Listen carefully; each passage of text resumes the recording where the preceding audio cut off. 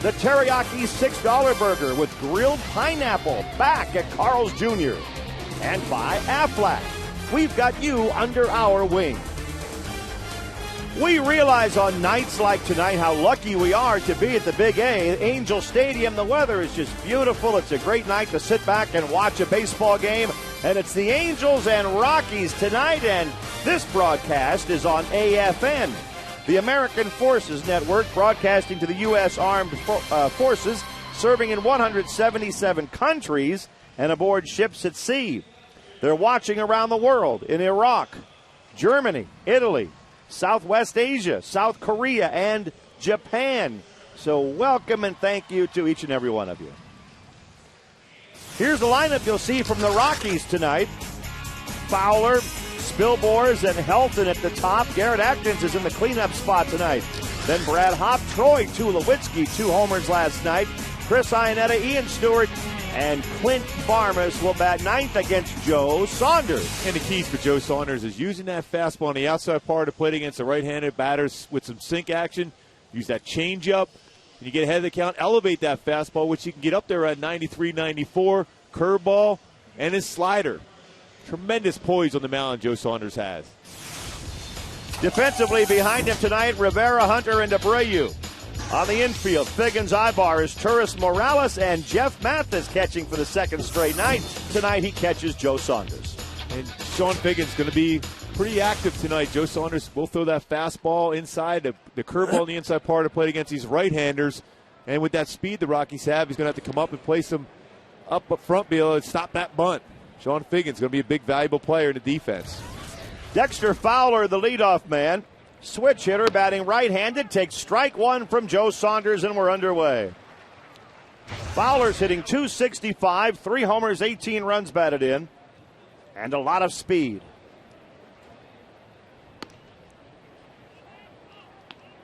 The Rockies, a team that was frustrated last night. They went 0 for 10 with runners in scoring position, but out of those 10, it seems like about 9 of them were hard hits, but they went right to somebody. Yeah, they were swinging the bats well last night. It's a situation where the Angels' defense was spectacular.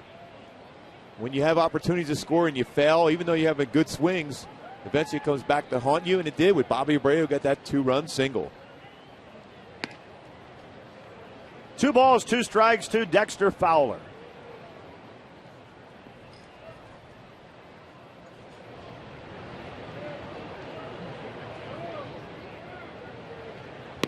He got him. Joe Saunders starts the game with a strikeout. Good sequence of pitches for Joe Saunders. Gets him out on that changeup. After sinking the fastball the outside part of the plate, throws a changeup, perfect location, and good speed on that one at 81.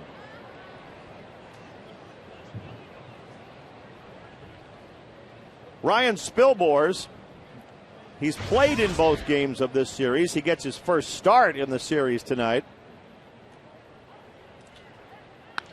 And pops one foul, first base side, out of play. Spilborghs last year hit .299. Just one more hit, and he could have had a 300 year. Right now hitting .268. Good pitch there again. He went fastball, that sink action, and a changeup. Now Joe has some options. 0-2. He could elevate that fastball, or he could throw the curveball. See, that's a sign to elevate the fastball.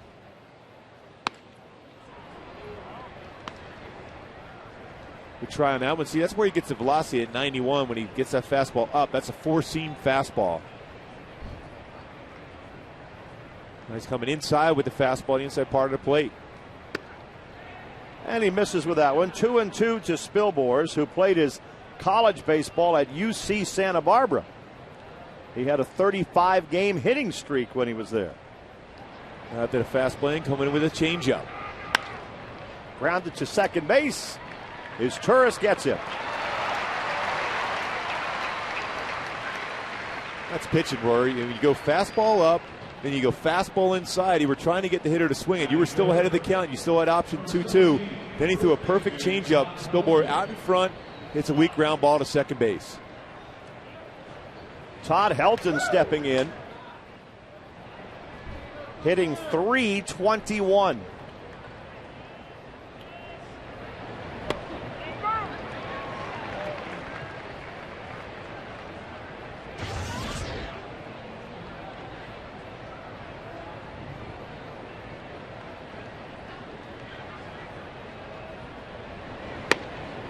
Good fastball from Saunders, strike two. He's ahead of Helton, 0-2.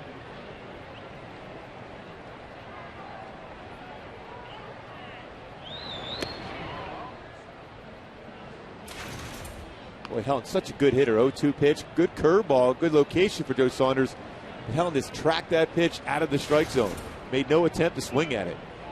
See why he's a .300 career hitter.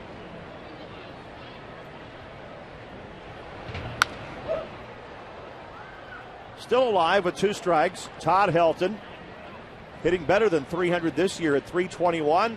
And his next RBI will be number 50 on the season.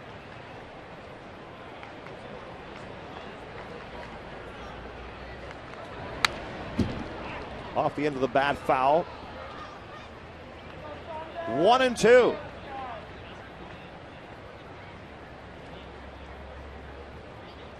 The Angels taking the field tonight in first place, tied with the Rangers, and they haven't been there since opening day. Torrey Hunter is right there. The Rockies go down 1-2-3 in the first inning.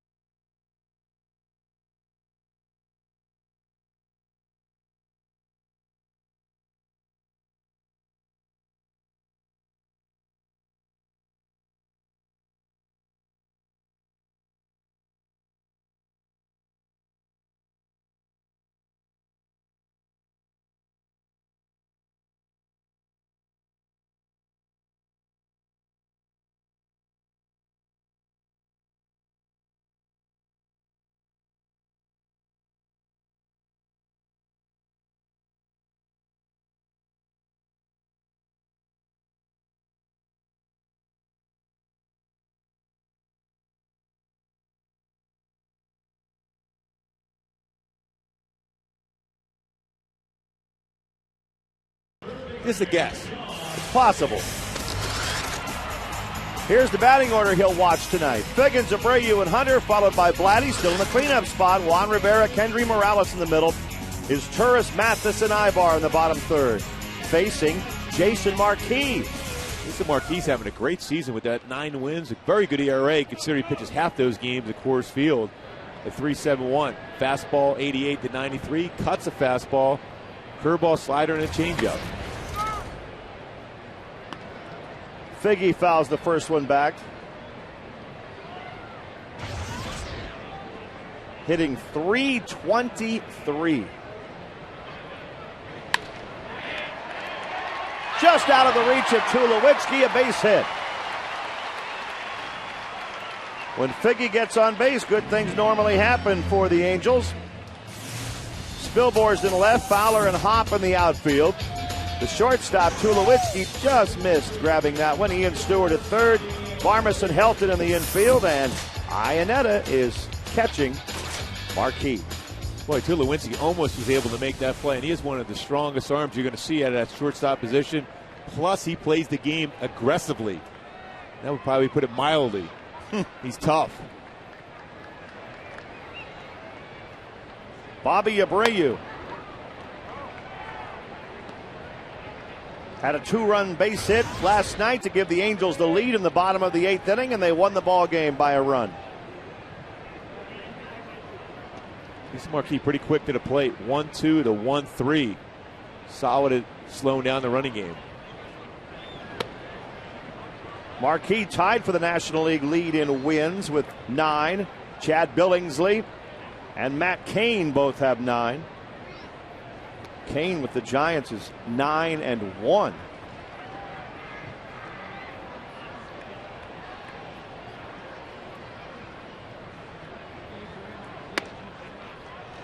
(3-0) to Bobby Abreu. I haven't seen Bobby swing a whole lot 3-0. He's very patient, great eye. Figures he's going to get that same pitch 3-1. Unless it's a perfect spot where he can get some lift on it, I don't like that he'll take it. He's also a guy that consciously goes up there trying to make the pitcher throw a lot of pitches.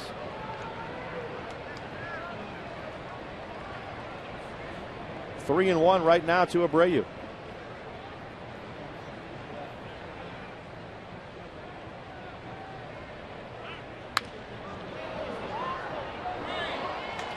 Full count. Sean Figgins going on this pitch. He was thinking about going to get quite the jump he was hoping for. Say Marquis very good at slowing down the running game. He's quick to the plate, holds the ball well.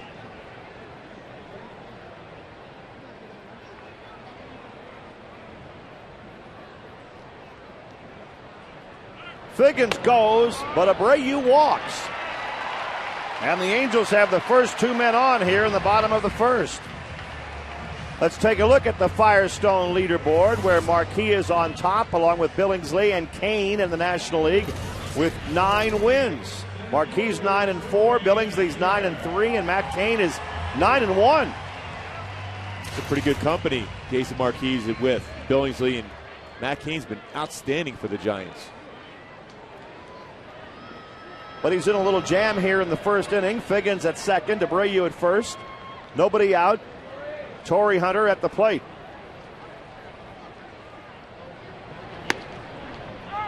Strike one.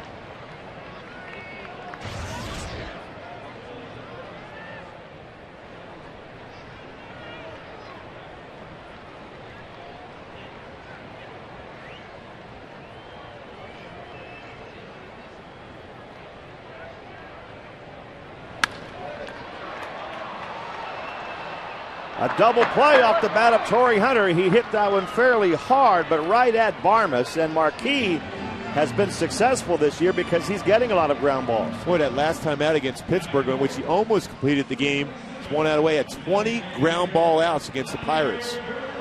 So he will get the ground ball. 2 outs with Figgins at third. And here's Vladdy. At 8 2/3. Not a big strikeout guy, so it's a contact pitcher, but when he's on his game, he gets a lot of ground balls. With this infield defense of the Rockies, you're going to be successful.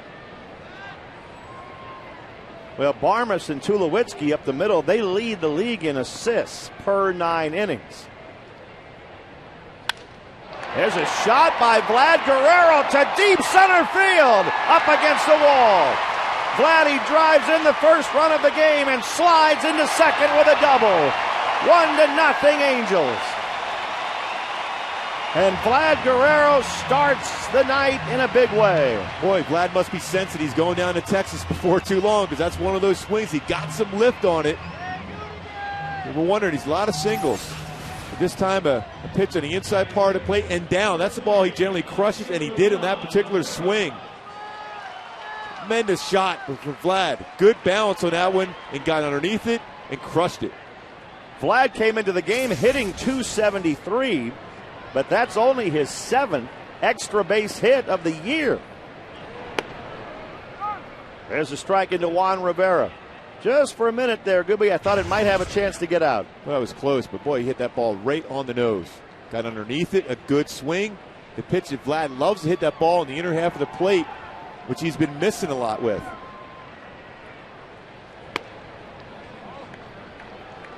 One and one now to Juan Rivera. Juan hitting .310.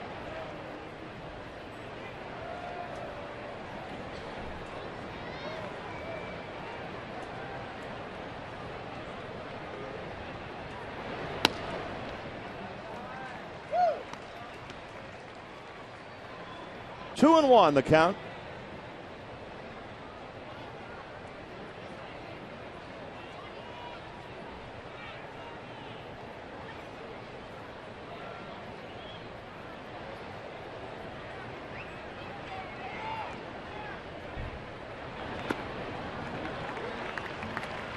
He's behind on Rivera. Well, he's been very good his last 7 starts. 5-1 with an ERA 2.25. First 7 starts, ERA not where he wants, but still a winning record, but he's been locked in. Vladdy at second base. And the walk to Rivera is the second walk in the inning.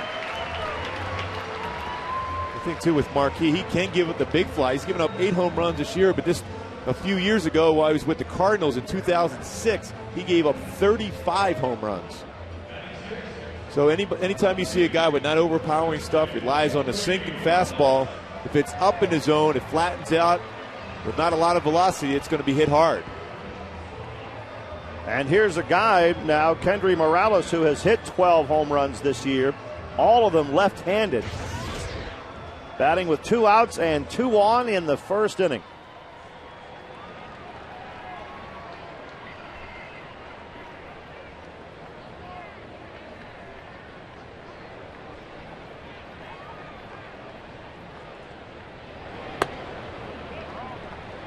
Marquis has now thrown 18 pitches, only 8 strikes.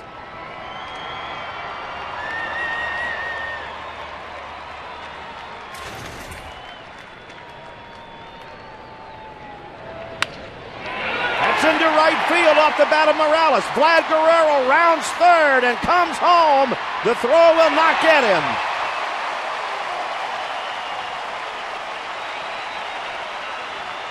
Vladdy got those wheels going and is able to score from second base on a solid single by Morales. 2-0. Hey, Vlad got around there pretty good. Another good swing, too, by Kendry Morales and Howard's Exmo swing. Well, anytime you see a guy starting to hit the ball hard like Kendry Morales is doing, the head is still. Once you go through the zone there, your chin hits that back shoulder. Hit that ball in the right field. Vlad picks up Dino Evil right away, sending him home, and Vlad looking good, sliding in there with the second run.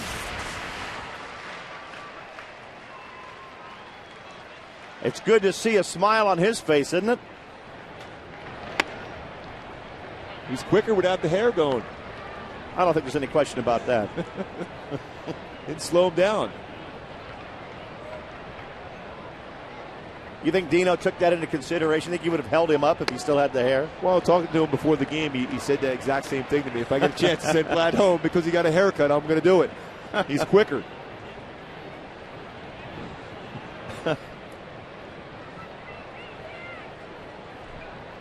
Two and 0 to Meiser is Turris. Now 3-0. It's been a rough first inning for Jason Marquis. Jason Marquis has always been a pretty solid middle of the rotation guy. Certainly this year having a great season, but he is susceptible to big innings. The last 10 pitches he's thrown, only 2 of them have been strikes, and 1 of them was whacked into right field by Kendry Morales.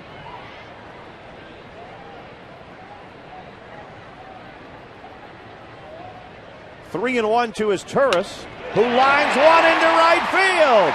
That'll score another run. Rivera scores from third. Angels 3, Rockies nothing. And Meiser, once again, with a man in scoring position, has the perfect swing.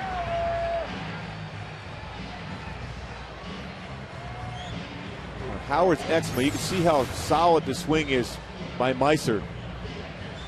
Got the bat head down, was able to drive it into right field, the balance. I'll tell you what, he's unbelievable with men in scoring position. He sure is. Bob Apodaca has gone out to talk to the pitcher.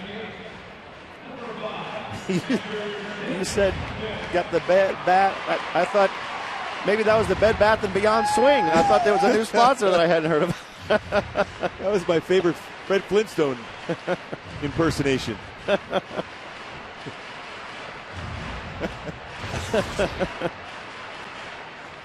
No, just put it this way, he hit it hard. Yes, he did. I should just go that way. He hit it hard in the right field. 3-0 with Jeff Mathis up there.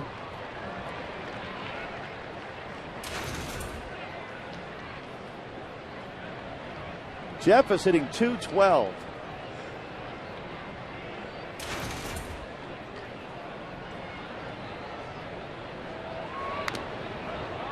One ball and one strike.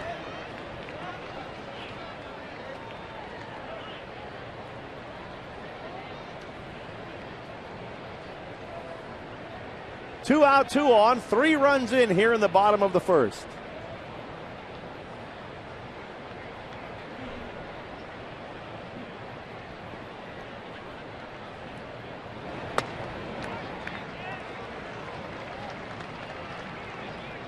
Two and one.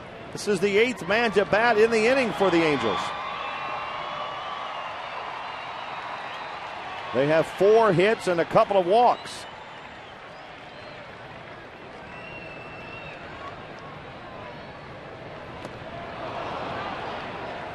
The double play ball off the bat of Torrey Hunter.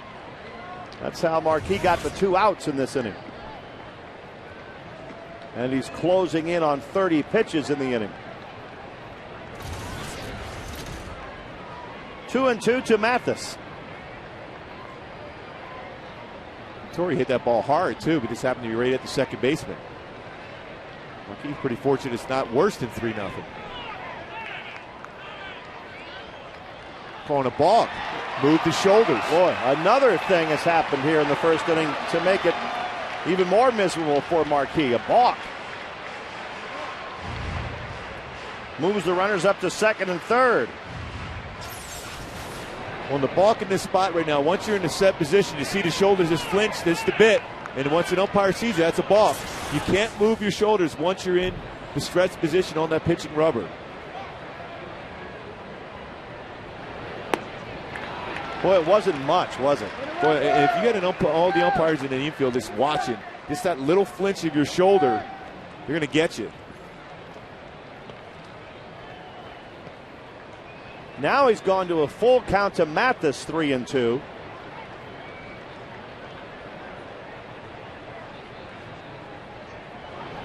And Jeff pops one foul. Coming back is Chris Iannetta, the catcher. He makes the catch, and that ends the inning. The Angels send 8 men to the plate and put 3 on the board in the first inning.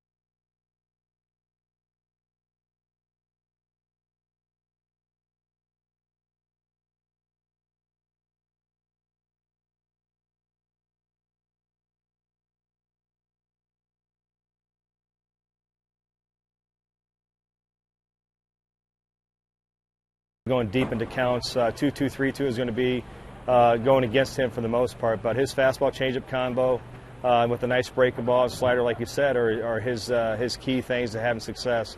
But the number one thing for him is really commanding early count strikes and putting hitters away early. Well, Saunders had a 1-2-3 first inning, and now he has a 3-0 lead. That's a pretty good start. Also, a couple batters last inning got ahead 0-2, like Mike Butcher said, for him to do. Then you could elevate the fastball. You could throw the curveball. You can finish off the hitters with your pitch instead of having to challenge with a fastball at a 2-0 or a 3-2 count. Garrett Atkins DHing tonight. Surprising to see that batting average down around 206.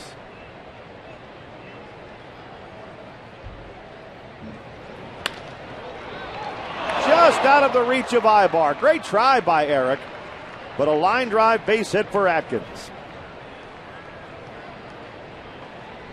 Well, that would have been a highlight catch. Well, he almost did make this play, and this ball was hit hard, too, by Atkins. Just by Ibar at shortstop, fully extended, just by his glove. Would have been an unreal play. Brad Hopp steps in now for the Rockies.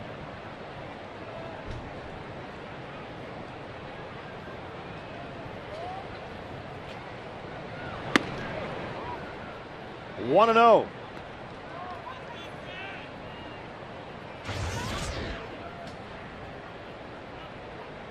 Hopp helped the 2000 LSU team win a national championship. And they're trying to do it again tonight against Texas in what has been a pretty wild game, we understand. 1-1 to Brad Hopp.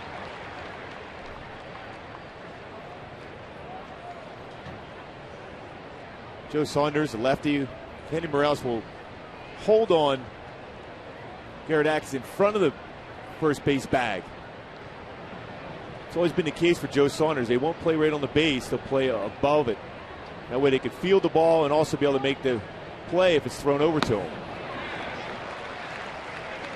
The obvious thing you think is, wouldn't that be a little difficult on a pickoff throw, is it not? Well, as soon as, again, Kenny Morales is looking at Joe Saunders, too, and reading his eye like the base runner is, he's going to go back to the base when the throw is made and be able to apply the tag at that point. But he'd rather be in position to make the play, hit off the bat in this spot. Most times, good base runners are leery about trying to steal against a lefty pitcher anyhow. 1-2 to Brad Hopp. Fastball just off the plate, 2-2.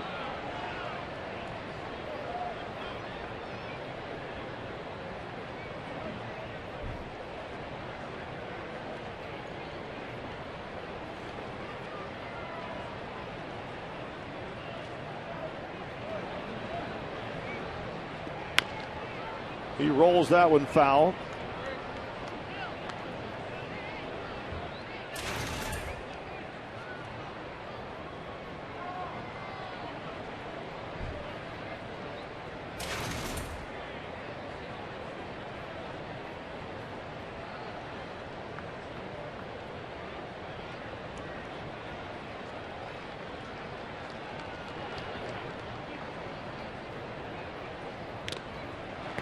Just did get a piece of that one.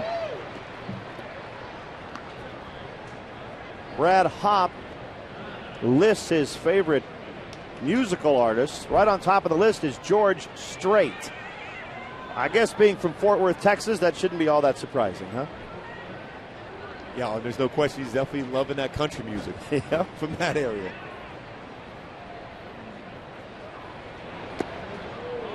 Three balls, two strikes. Full count here with nobody out on the top of the second.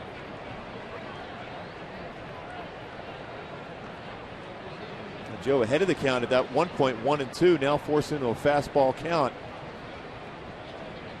And Hopp's been swinging the bat so well. Now he's in the position to see a fastball.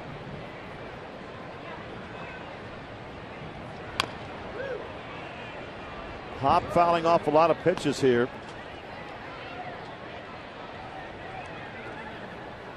Saunders got through the first inning with 16 pitches, but this will be the 9th pitch just to Hopp.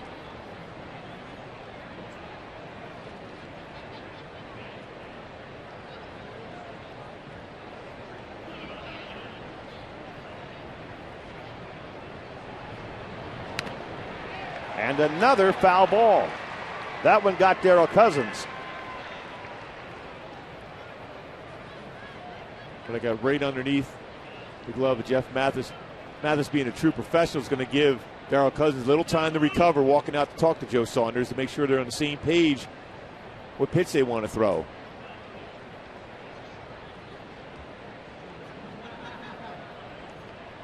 This will be the 10th pitch of the at-bat.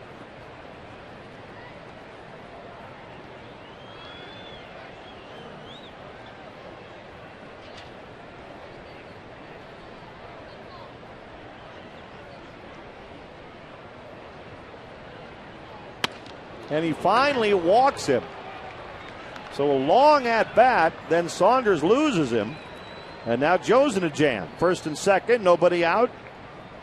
Troy Tulowitzki coming up. Guy hit 2 home runs last night. Boy, he had a great swing work last night after getting a fastball behind his back. Next pitch hits the ball out. And then this one, a fastball that was up and out of the plate. There he hits it off the foul pole, crushed it. He tomahawked that second one. Tulowitzki has 12 home runs on the season. Fly ball, center field. Hunter has to go back on it, but it will stay in the park. It is deep enough to get Atkins over to third base. And now, as the Angels misplay it on the infield, it also gets Hop up to second. Boy, he throwed it. Torrey was trying to throw in there towards the second base area to make sure there was no advancement by Brad Hop, but he's able to get into second. Possible error on this play. That would be his first error in about a year and a half. Just didn't really throw it to anybody. But getting back to Tulowitzki, he hit that ball hard once again.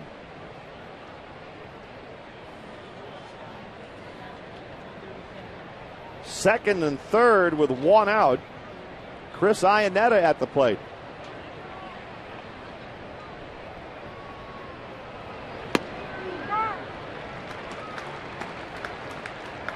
They're underway in Phoenix as well, and the Rangers lead the Diamondbacks 2-0. They've reached the 4th inning in that game. Texas tied with the Angels for first place in the AL West.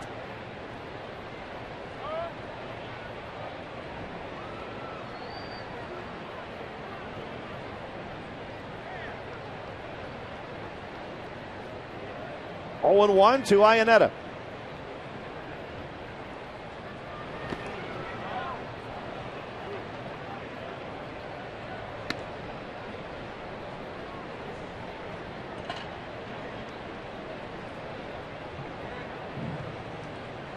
You go top to bottom in the AL West. At the bottom is Oakland, but they're only 6.5 back.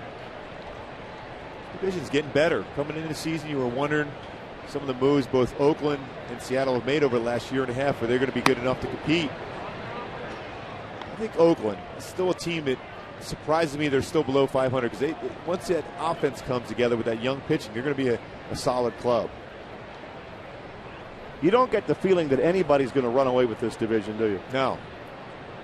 The Angels certainly are capable if everyone gets healthy and that rotation gets intact as far as the starting rotation, then maybe.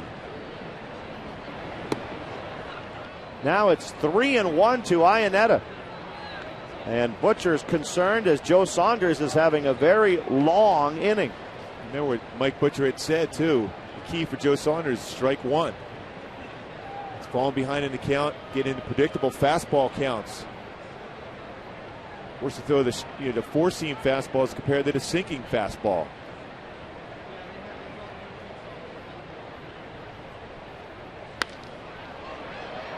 In the air down the right field line, and foul. There is no error on the board, Gooby, so I don't know whether they just ruled that Hop would have gotten to second base anyway.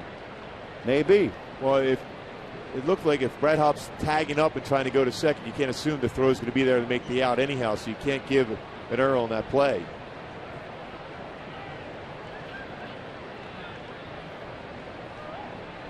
Three and 2 to Chris Iannetta. And he strikes him out. Breaking ball by Saunders gets the second out in the inning.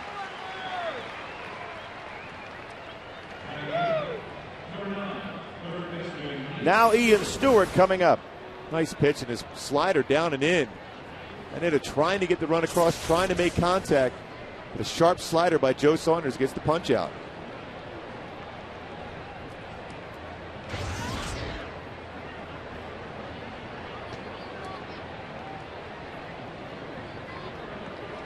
Stewart is hitting .223.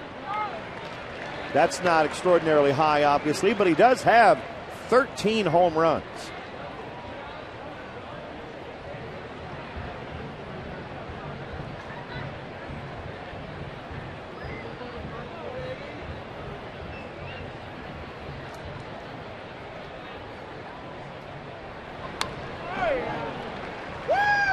Straight back to the screen, strike two. This kid Stewart has some tremendous upside. Very strong arm at third base. And you mentioned the power he has. Still young, trying to figure out the game. So you're talking about a guy who should be an all-star for a number of years. Tremendous potential.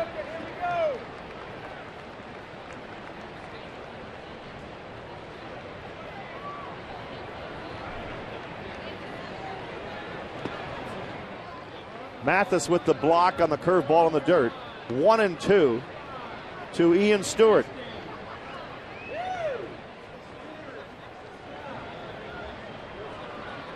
The young hitter, I do the same thing again if I'm Joe Saunders. Try to break a ball again. Trust Jeff Mathis to be able to block it if it's in the dirt.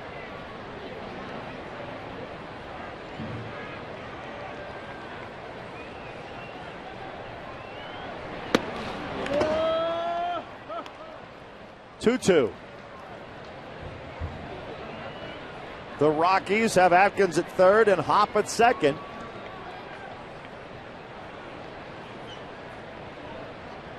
They had 2 on, nobody out. Now they have 2 on, 2 out. And Saunders still with a chance to get out of it.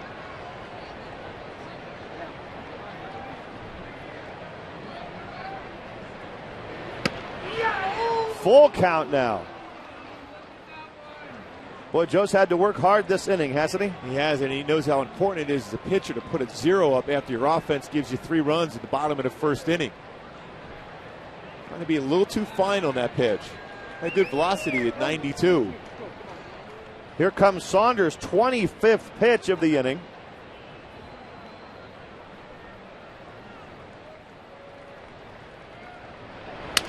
Threw him a curveball, and it's grounded to his Turris.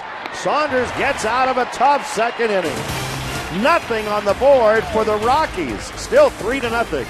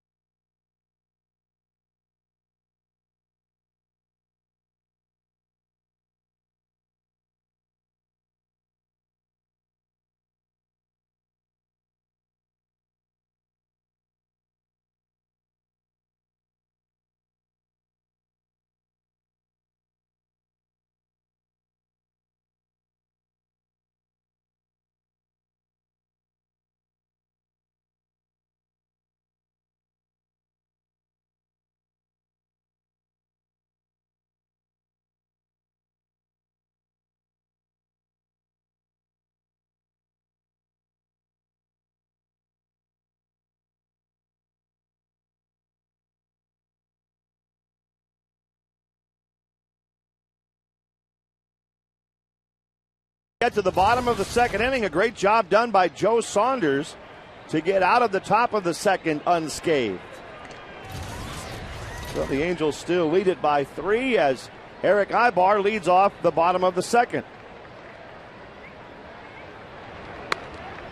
The thing about Joe Saunders, always calm, great poise, cool Joe. You know, he walked the batter to make it first and second there with no outs, made some pitches to get through the inning.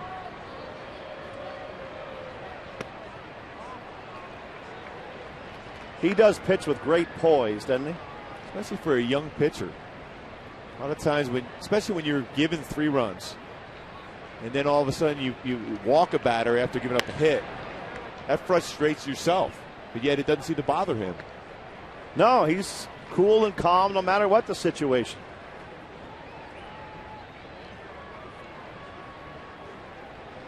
Great makeup for a pitcher.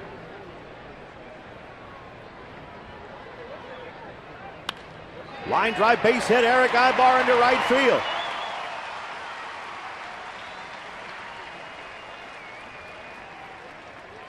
Gooby, there's a patriotic series coming up at the Big A. It's July 2nd through the 5th. A lot's going on that weekend here. The Angels are playing the Orioles. The U.S. Navy Leapfrogs are parachuting into Angel Stadium on the 2nd. Friday's game, there will be a flyover, a C-17 flyover, and then, of course, Big Bang fireworks after the game. And as if that's not enough, Saturday night, there will be a pregame flyover by Black Hawk helicopters. Have you ever seen that? Oh, that's incredible. You know, that's a true patriotic weekend. 4th of July weekend that starts the 2nd through the 5th. Pregame concert and barbecue on the 5th, and the Orioles will be in town. And Baltimore's actually been playing pretty good baseball in a very tough division. At second base, safe is Ibar. He gets up and he'll stay right there. Well, that would have been a close call at second base, sliding in. Ball going right in the glove of Tulowitzki, and the hit is Ibar's foot and kicked away. I mean, that a quick throw, too. And strong. And a hit and run. So you got to make sure the ball is thrown home. Well, there was a chance it could have been a close play at second base. Instead, Ibar at second with no outs. And the count now 1-1 to Figgins.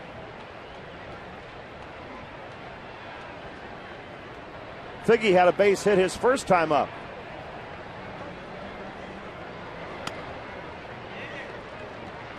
Two and one.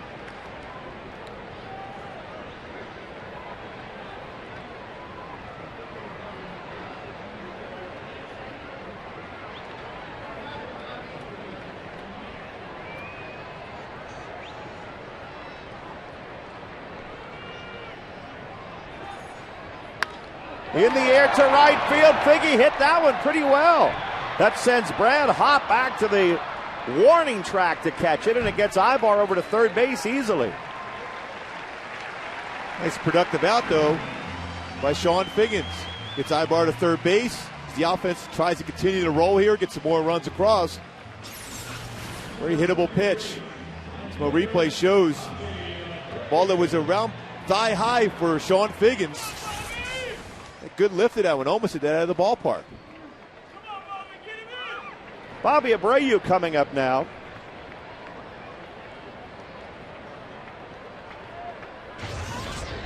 Abreu walked his first time up.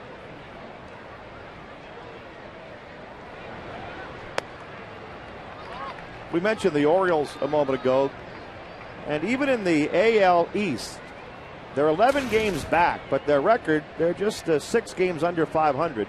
That's a team that, when they get hot, they can score a lot of runs. That's not that bad of a baseball team, the Orioles. They're just stacked in there with the Yankees and Red Sox and Tampa Bay and Toronto, so it's pretty tough.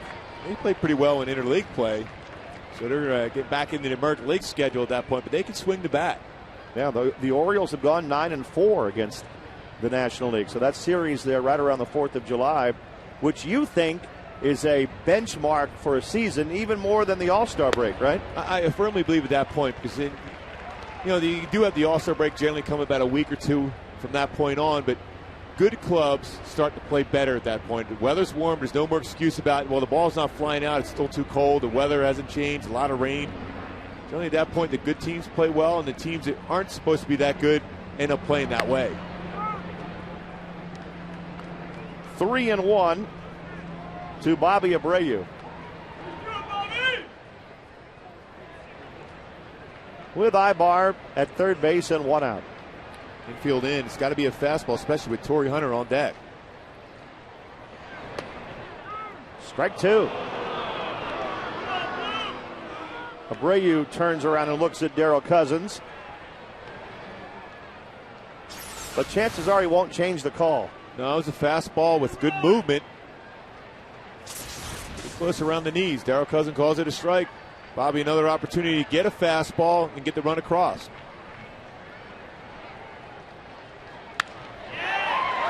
Fair ball inside the third baseline. It does knock the run in. Ibar in from third. Abreu a stand-up double.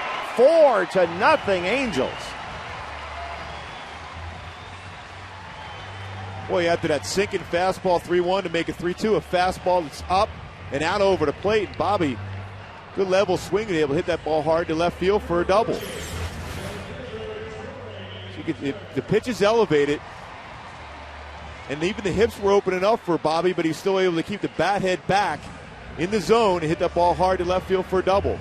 See right here, the hips are opening up right at this spot, but his head is still there, able to make contact on the ball and hit it into left field.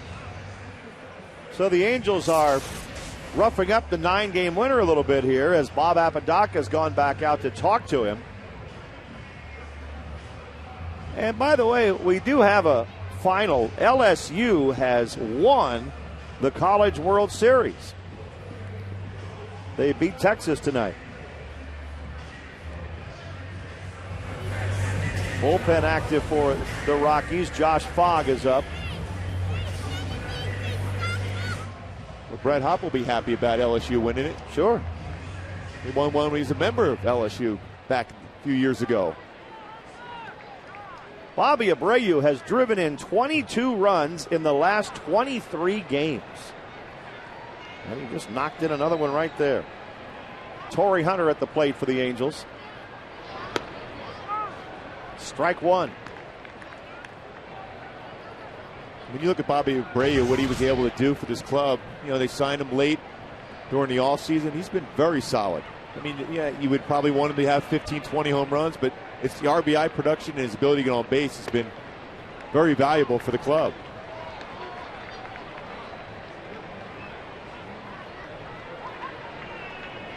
One and one to Torrey Hunter.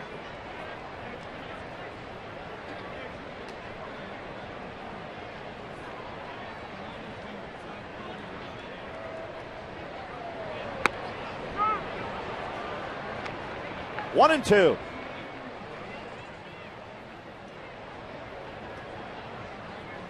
Torrey having a terrific first half, hitting .311. He's hit 16 home runs. Leads the club with 52 runs batted in.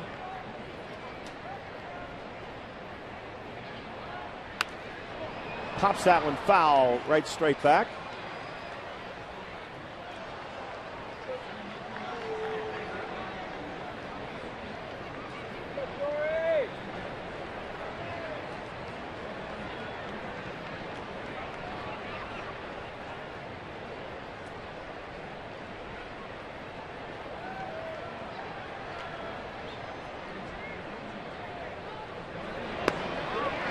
To third and safe at third base is Bobby Abreu.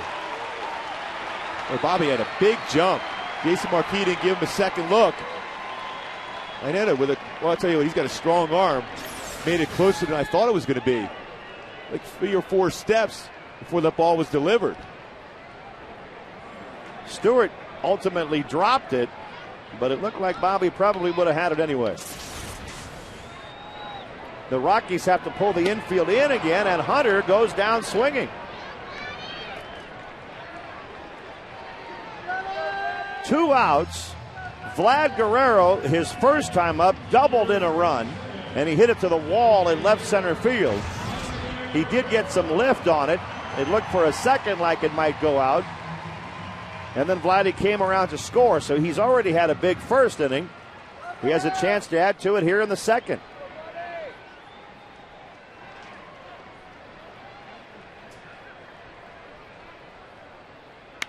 There's another shot into left center field, and that ball is gone. It's a home run for Vlad Guerrero. Just his second of the year, but Vladdy comes to life tonight against the Rockies. 2 at-bats, a double, and a home run.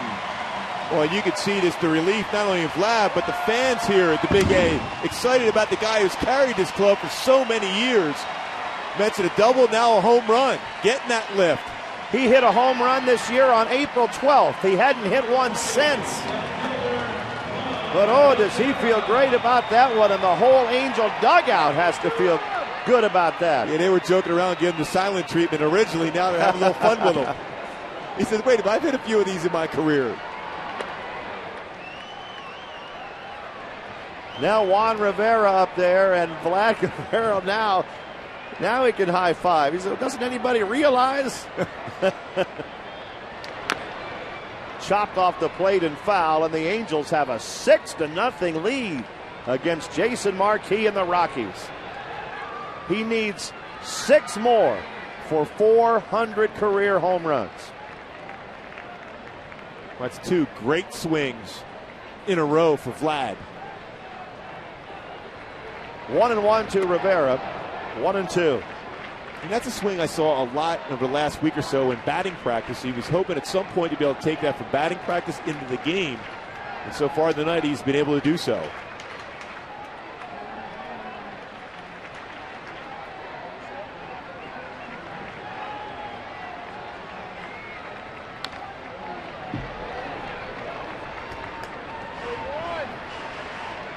We always talk about putting up crooked numbers offensively. 3 runs in the first, 3 runs in the second so far for the Halos. Against a pitcher who came in 9-4.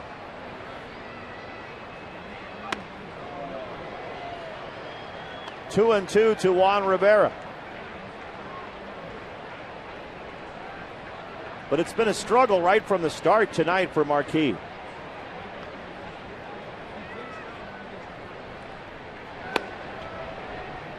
Full count now. A tough time with the command of his slider Marquis has had so far today, and his sinking fastball has been flattening out a number of times. Vladdy only had 6 extra base hits all year coming into the game tonight. And tonight in 2 innings, he picks up 2 more. And he's got to feel great right now. The swing, back-to-back swings that he's had. We're only in the second inning. He has a double, he has a home run, he's scored 2 runs, he's driven in 3. That's a good night's work. Still 3-2 to Rivera. He got some lift on this one, Gooby. No, the big thing is, too, and he wasn't flying open. You know, for a while in that streak in which he's only hitting singles, the hip was flying open so far. He had to generate all the power just with his wrist, but that time he was able to use the lower part of his body to get that power. On the ground to Stewart at third base, and that'll do it. But the Angels, with Vlad Guerrero hitting 1 out tonight, score 3 more, and after 2 innings, they lead the Rockies 6-0.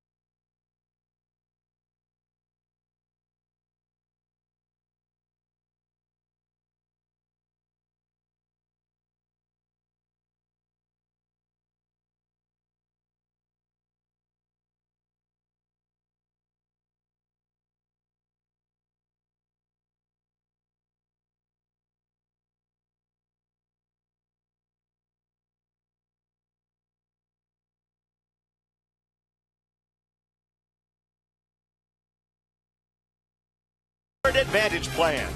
And by Jack in the Box. Right now, try the mini Buffalo Ranch chicken sandwiches. 3 mini home-style chicken fillets on toasted mini buns.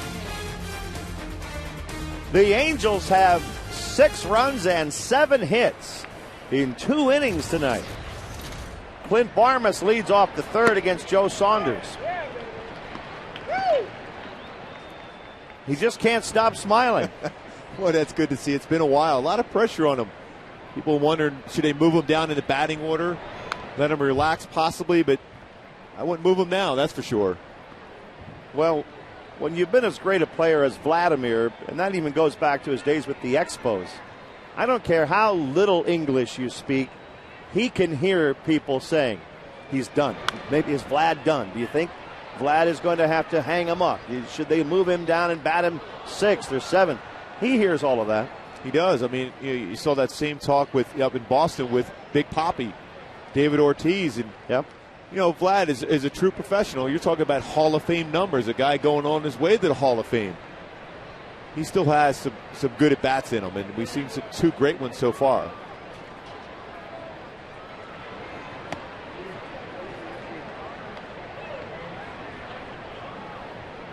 One ball, 2 strikes to Barmas.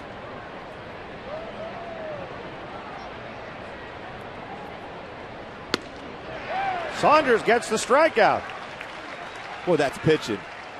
0-2 count, elevates the fastball, then throws the fastball at 90 mile an hour on the outside part of the plate. It's all about making the hitter guess along with you, or at least trying to. It's that fastball with good movement by Barmas there for the strikeout. 3 strikeouts for Joe already. He got Fowler first time up.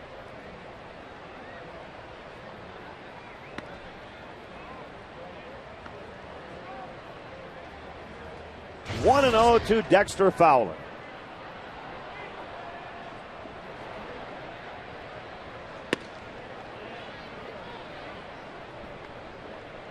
That seemed like a pretty close pitch. I was wondering where that was. Like a pitch right on the outside corner. Line to center field with Hunter standing there. That's going to be caught. 2 outs. It's a nice thing about having a 6-run lead early in the ball game. You're behind 2-0. You can afford to challenge a batter with a fastball. Middle part of the plate. And you got a Gold Glover like Torrey Hunter out there. Will catch it every time. Ryan Spilbors comes up.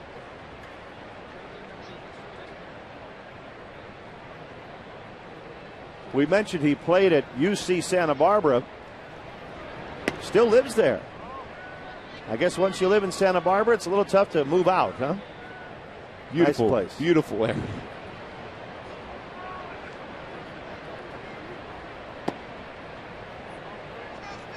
Two 2-0 to Ryan Spilbors.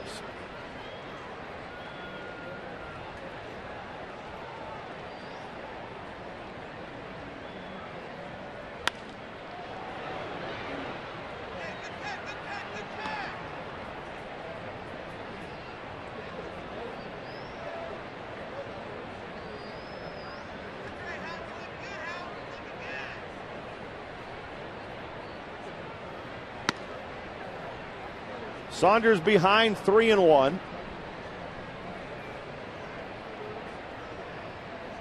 With Todd Helton on deck.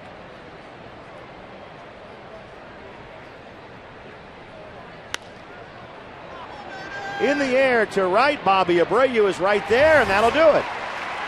Another 1-2-3 inning for Joe Saunders, who leads 6-0.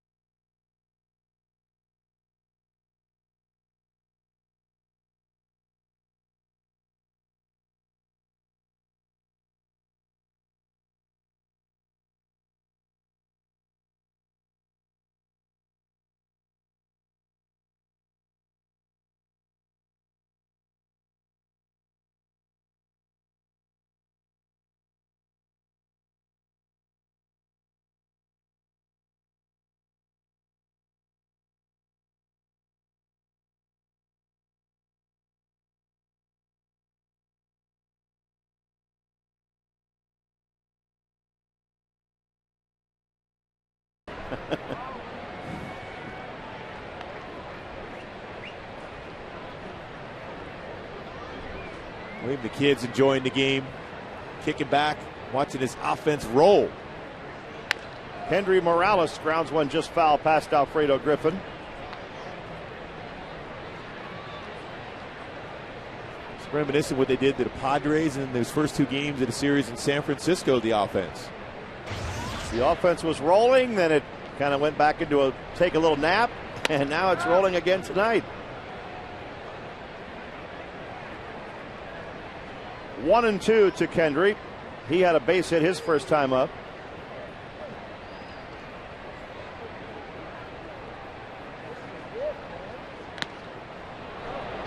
And foul tipped into the glove of Iannetta. Morales is out. Now it's time for our Jack in the Box outside the box. Big Daddy gets a pitch out over the plate, hits it out of the ballpark, and hey, this guy's got nearly 400 home runs. They gave him the cold shoulder. Then Mike Socha leads the charge down there to get the high fives for Vlad. Where was Vladdy going straight to the clubhouse? If they don't appreciate me, I'm leaving. Yeah. That was a great expression by Mike Socha on that one, too. Leading the charge, give him the cold shoulder, then smiling, high-fiving him. He didn't even turn right to go to the dugout. Ground ball to second base, and Barmas throws out his Turris. Meanwhile, with Vlad getting a haircut, shaving his head and having success, look at Kendry. Well, Roy, it would make my day if you did it next. Be a great look for you. Vlad setting the tone.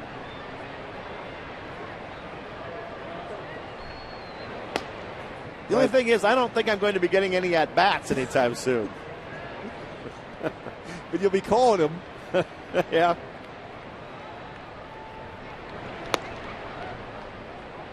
One 1-0 to Mathis. 2-0 now. Torrey Hunter, well, he did it before it was fashionable.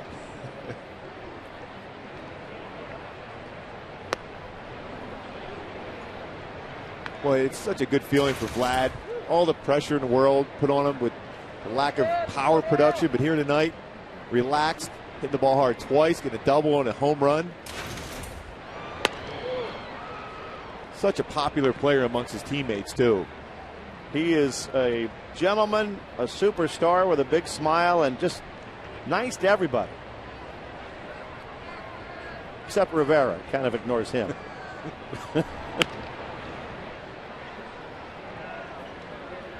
There he is. Boy, have you seen him smile this much in the last month and a half? No, it hasn't been there, and that's the key for Vlad, is being able to relax. I mean, there's no one. I mean, everyone's saying, "Oh, where are you going to put him in the lineup?" He knows how important he is to this club, and he's been so important for years. So he put a lot of pressure on himself. He's always kind of felt like it was his responsibility to supply the power, and for so many years it has been here with the Angels. Strike three called to Jeff Mathis ends the third inning. 6-0 Angels.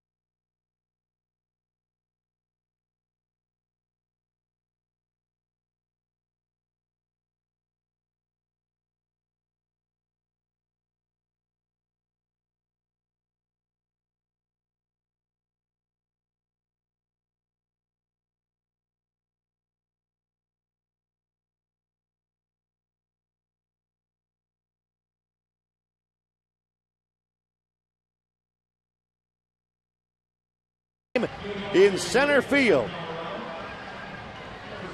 Dean Chance and Dean Chance Jr. Yeah, right? I'm thinking about Dean Chance again, but I don't know. I know he can pitch. I don't know if he can run out there to play center field. That man can play some center field. He might get a start there this year. Ersted's got to be in there, doesn't he? He's getting closer. That's right. And, of course, Josh Hamilton, we don't know whether he'll even be back by that time. He's still hurt. The fans got to get out there and vote right now. And Torrey Hunter, where would this team be with that first half so far Torrey Hunter's put up? Certainly not tied for first.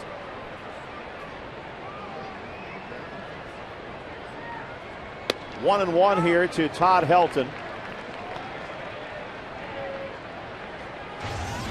1-2.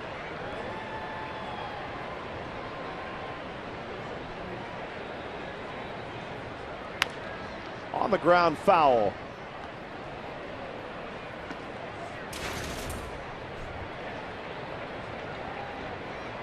Two balls, two strikes.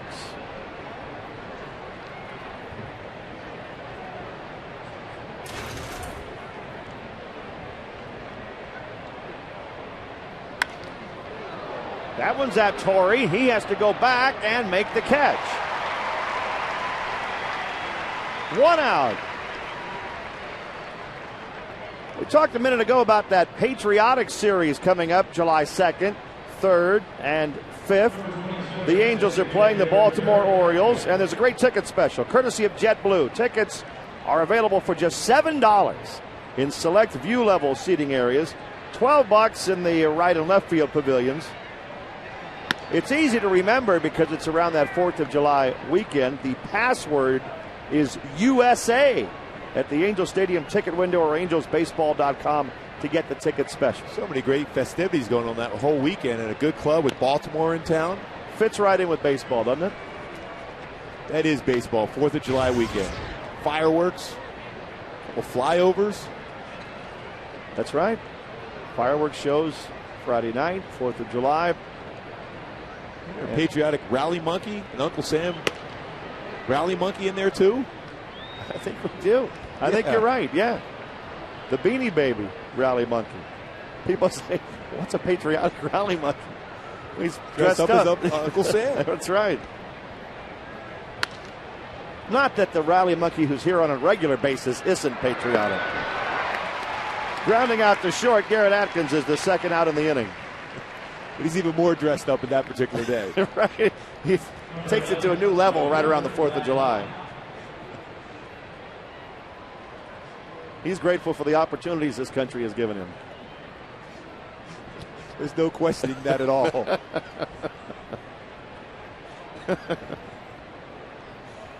Two outs and Brad Hopp at the plate for the Rockies.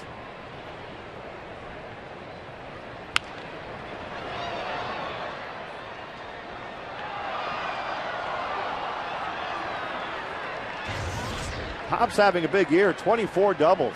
Ties him for the National League lead.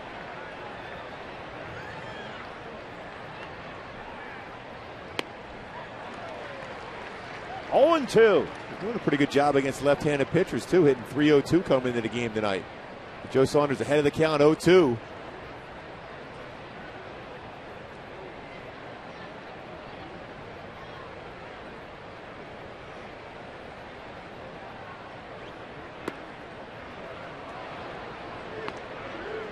Well, that's a good try, just off the outside corner. Now you make the hitter think, is he going to go back out there with a fastball? Could he possibly come inside with a fastball or through the curveball?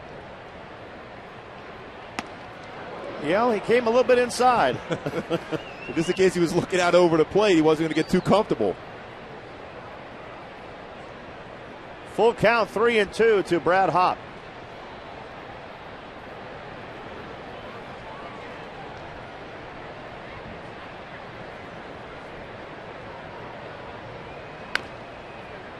On the ground, foul, first base side.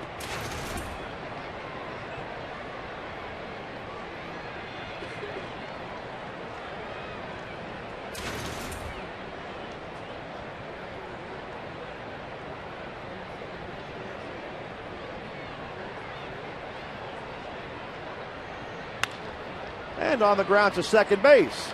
His Turris, as he usually does, makes the play cleanly. And the Rocks go down in order. 6-0 Angels.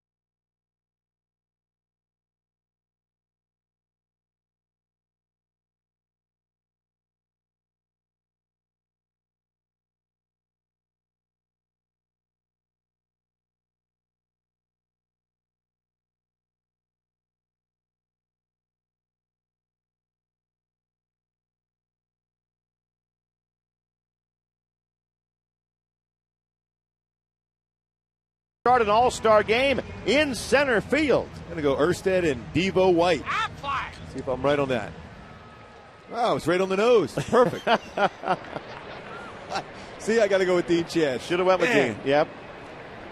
Albie Pearson and Fred Lynn. Albie Pearson, the littlest guy in baseball at the time. Now that one got the foot, I guess, of Ibar, so he's hit by a pitch and goes on to first base. And Fred Lynn hit the grand slam in the All-Star game against Atlee Hammaker, who's a member of the San Francisco Giants at that point. As I recall, Atlee didn't have a real terrific outing that day. Oh, he was part of the Kansas City Royals organization, and I remember that deal was made. Well, Scioscia is talking to Cousins, and Cousins, it looks like, is calling Ibar back from first. Nope, they're going to have an umpire conference. This is something Scioscia has been terrific at doing, getting the umpires to talk things over. It's surprising what's being asked. Originally, Ibar was awarded first base. And he's still at first base, so I'm not even positive what Scioscia's disagreement is here. Well, I think Jim Tracy's wanting to know if he attempted to bunt first, but he's clearly brought the bat back. Did that ball even hit Eric Ibar? That may be the question here. And it looks like they're calling Ibar back from first base.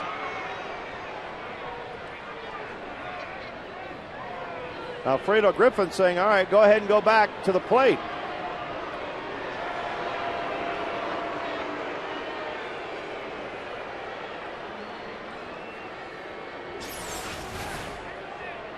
Does this hit him? Well, he definitely brought the bat back. It hits the dirt. And looked like it got his his foot. Sure looked like it, yeah. And if it hits the dirt before it hits the foot, it's still a hit by pitch. But here's the thing, they didn't call it a strike either. So they didn't say he tried to bunt it. Said and Jim Tracy wanted to peel down to third base to make sure if it hit him or not. They ruled it, the ball never hit Eric Ibar. Now it's 2-1 to Ibar.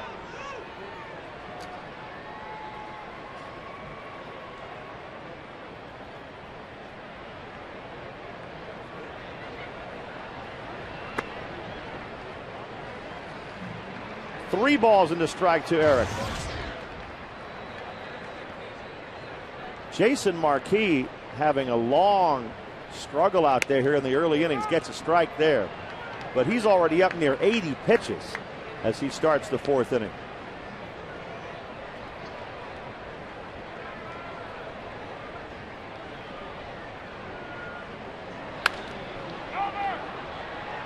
Marquis goes over to cover the bag, but Helton does not make the play.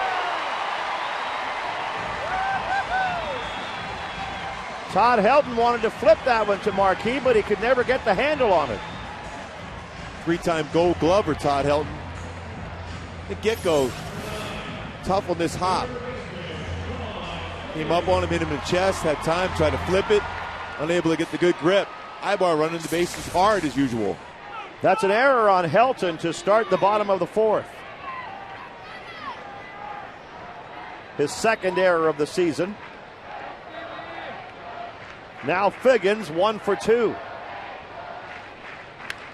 Line drive, right field, coming in fast. Brad Hopp can't quite get to it. Great read by Ibar, who goes head first into third.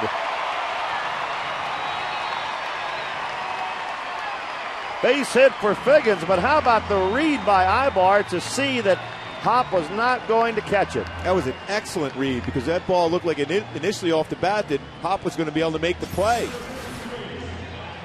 Sean Figgins, another good swing. Ball over the middle part of the plate. Hits the ball in the right field, but it's the read by Eric Ibar, and Hopp with a very strong arm picked it up right away and realized it was going to fall in. Turned the corner. The Angels, as usual, leading baseball going first to third. And they have first and third with nobody out. Abreu, who has walked and flared a double down the left field line at the plate. And what all of this means is that in all likelihood, Vlad Guerrero will bat again in this inning.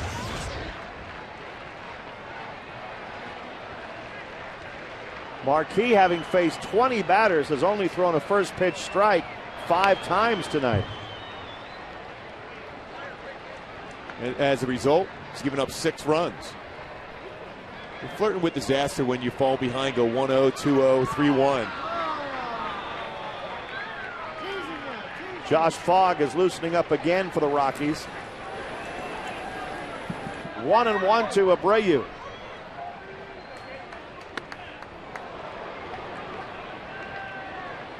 When you had these nights, Gooby, and you didn't have many of them, but when you gave up a lot of hits and runs and maybe somebody makes an error and then you walk a couple of guys, what's that walk back to the clubhouse like? Well, the only thing you can think of is you're just thankful you didn't get hit with a line drive.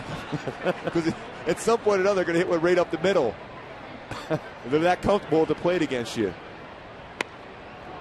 Sometimes the pitching coach, hey, how are you going to be able to go through this? I said, well, I'm just praying that I don't get hit with a line drive up the middle. That's all I'm hoping for. Well, we'll remember that as your legacy. I'm just thankful I never got hit with a line drive up the middle. Well, I didn't say I didn't get hit by them. I got hit a number of them. But certain games where you don't have it working out there, you just hope to get through it without getting hurt. Right. 2-2 now to Bobby Abreu.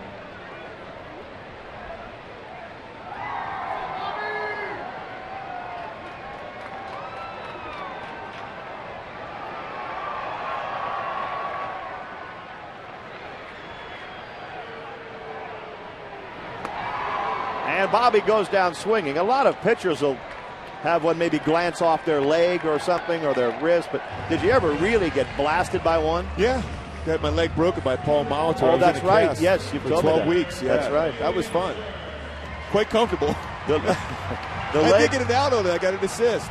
You got an assist? It went right to first and it broke your baseman. leg? Yes. It caromed off your leg to the first baseman? Yes. So my fielding percentage went up. Well, there's a plus in all of that then. The batter now, Torrey Hunter.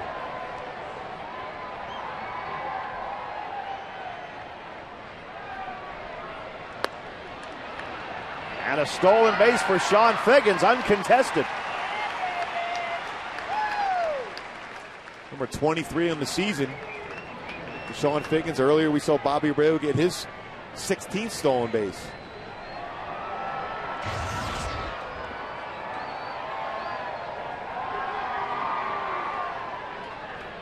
Oh, 0-1 the count to Torrey. The infield drawn in for the Rockies. Check swing, strike 2.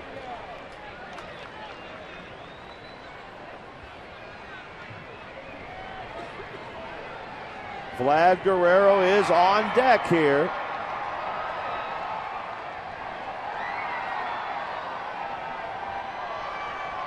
He's already had a double and a home run tonight. It's 0-2 to Hunter.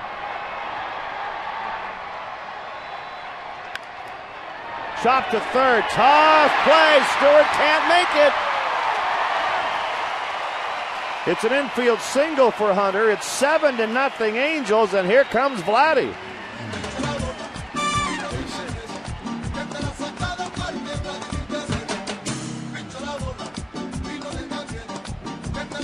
Vlad's music as they introduce him.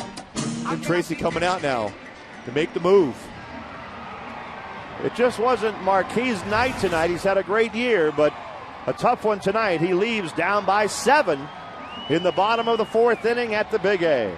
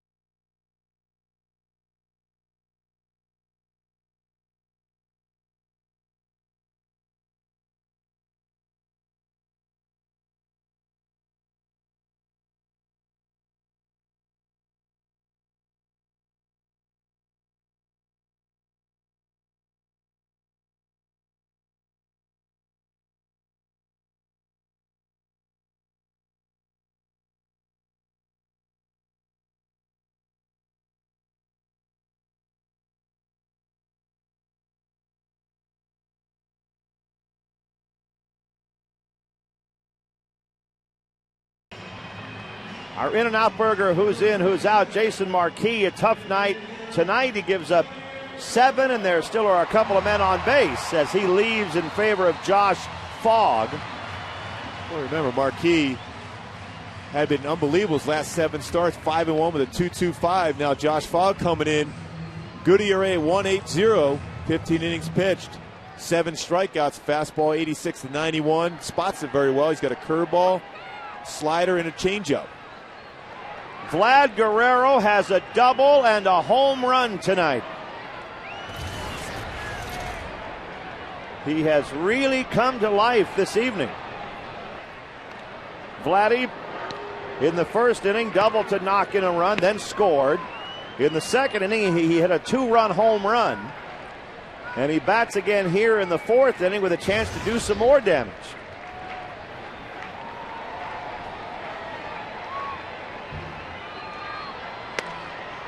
Ball 1.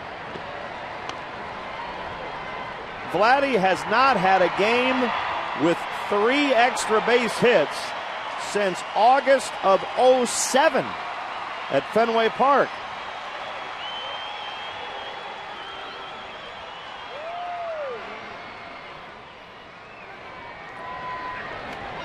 Wild pitch. Here comes Figgins. Safe at the plate. He just slid in ahead of the tag by Fogg, and it's 8-0 Angels. It looked like he might have a play at the plate because that baseball went back to the backstop and bounced quickly back to Iannetta. Josh Fogg covering the plate. One of those bang-bang plays for a pitcher cover. That ball was way out of the zone. And Iannetta made a good throw. Sean Figgins is quick, had that good secondary lead and went right away once I got by the catcher. Barely got underneath the tag.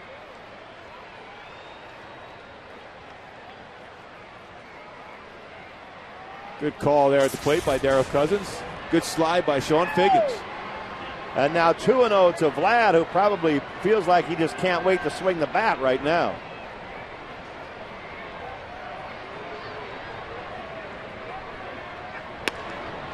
Good pitch by Fogg on the outside part of the plate. I guess that Josh Fogg was watching his first couple pitches that Vlad hit hard at the double and then the home run where the inside part of the plate. He's staying away against Vlad.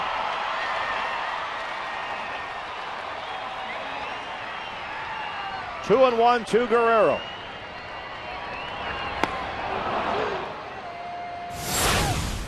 Two. Well, great extension by Vlad. That ball got out in a hurry. And after the cold shoulder, the high fives all over the place.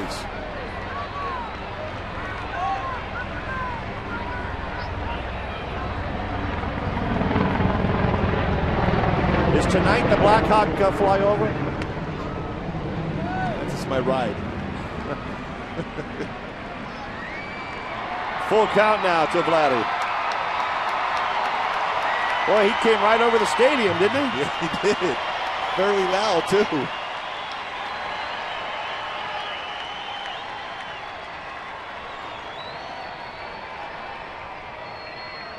Three balls, two strikes to Guerrero.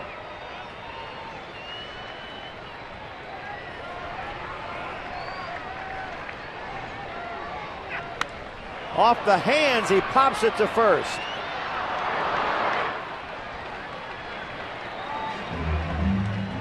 Two outs in the inning. Vladdy's now 2 for 3. With Juan Rivera coming up. Tough pitch to hit. He was going to try to be a fastball on the outside part of the plate. It ran all the way in on his hands. Late movement by Fogg. Glad to pop up.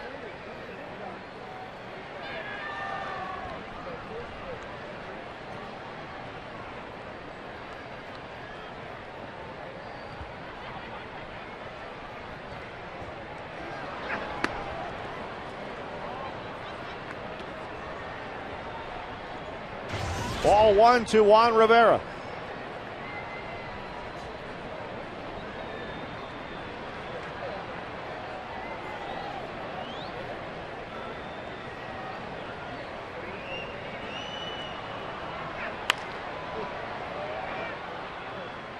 He grounded that one past Dino Ebel. 1 ball, 1 strike.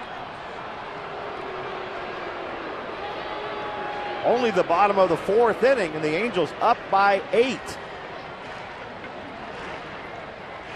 Texas Rangers leading Arizona 2-1 in the 7th inning in Phoenix.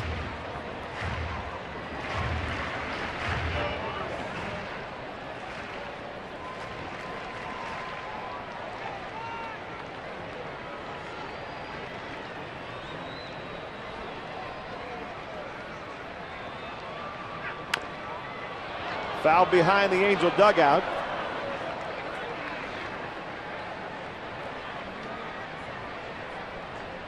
One and two to Rivera.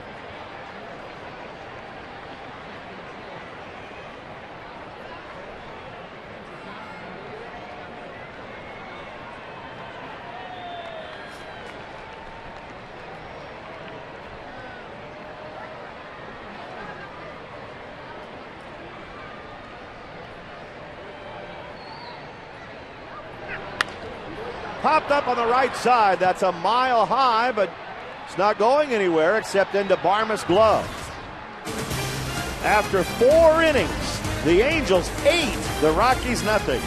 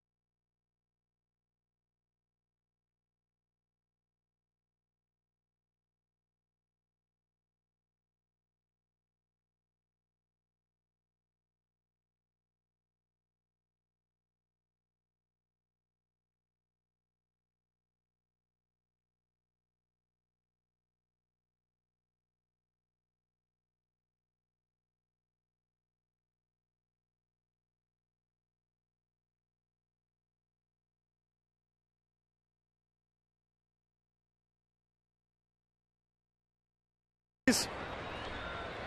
Beautiful night at the Big Abe. Tonight was cooler night, Gooby. It's a good giveaway. And also Red Vine night. Another healthy snack.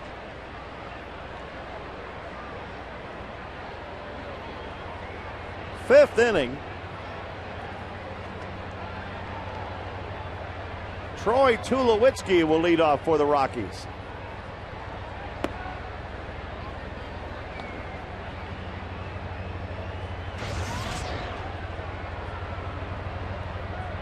Oh for 1 tonight for the Rockies shortstop.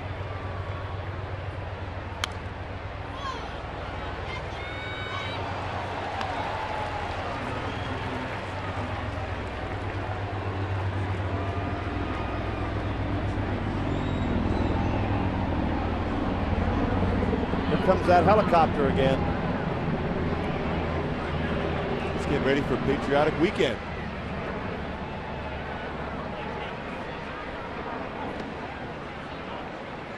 Two balls and a strike to Tulowitzki.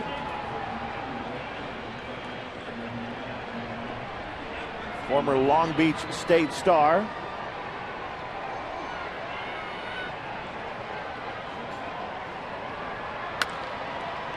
Right down the right field line. Bobby Abreu has a long run, but it's fading away and into the seats. There's Bobby, got there and looked like he said hello to a few of the fans down there.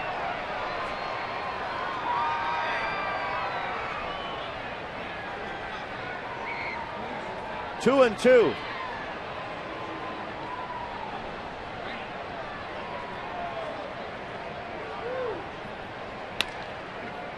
To third base, Figgins guns it across the diamond for the out.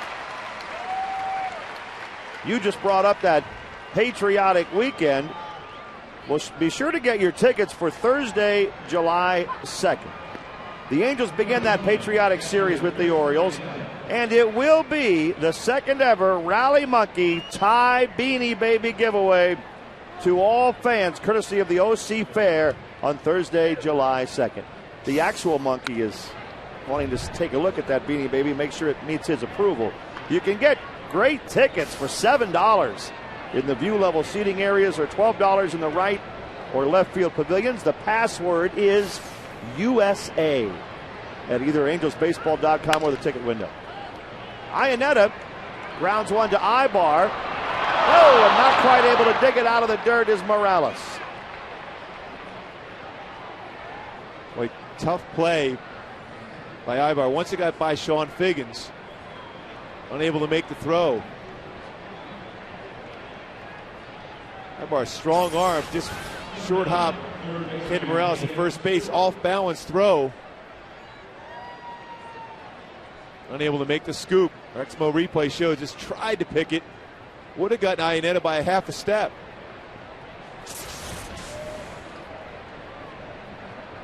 Kendry's made that play so many times this season, you almost just expect it now. First pitch fouled away by Ian Stewart.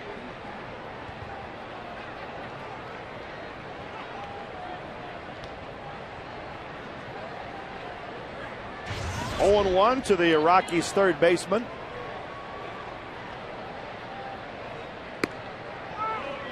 Strike two.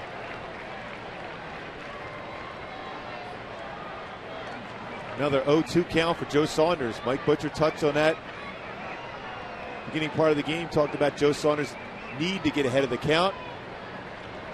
Gets ahead of the count. He has the ability to finish off the hitter. Like that. That pitch was at least a foot outside. But you don't swing at that pitch if you're behind the count 2-0. That's why it's so important for a pitcher to get ahead of the count. Good curveball in that one. Expanded the strike zone off the outside corner, gets him swinging.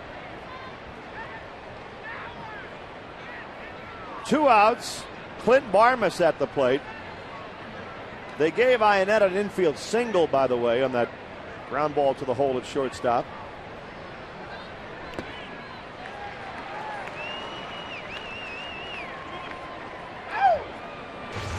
Barmas moved down to the number 9 spot in the batting order. He's having a tough series offensively.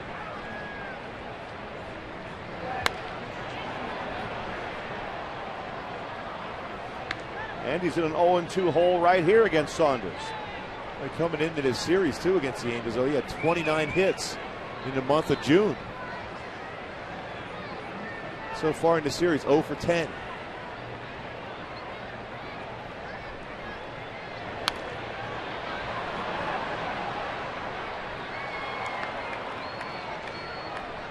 Joe ahead of the count, 0-2 again. Might try to elevate a fastball here against Barma. See if he can swing. He's pressing a little bit in the series so far. Going with a fastball. Inside part of the plate. Well, he delivered it too, just barely off the inside corner. Well, that was a good spot too. Now you set up your next pitch. As a hitter now, you're thinking, I got to think and try to protect. He'll go now with that sinking fastball off the outside part of the plate. Another foul ball by Barmas.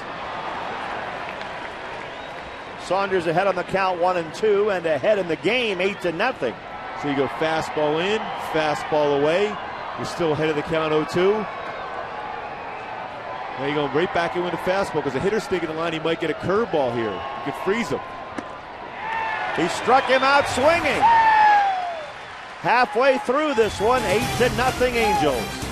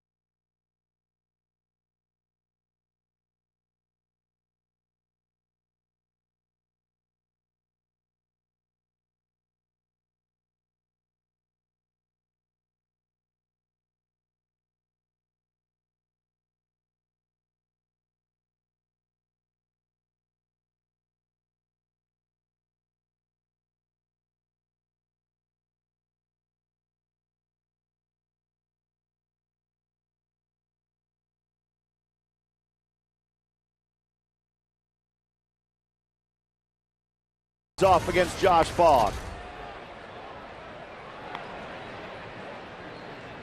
Kendry had an RBI single his first time up.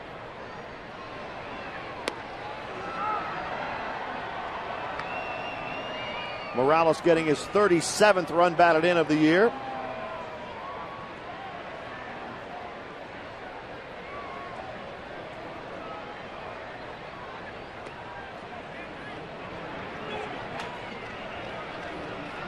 Two and one.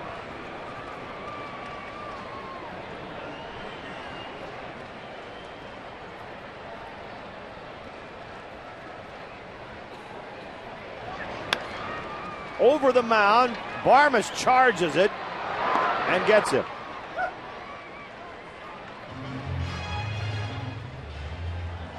With one out, Meiser is Turris coming up.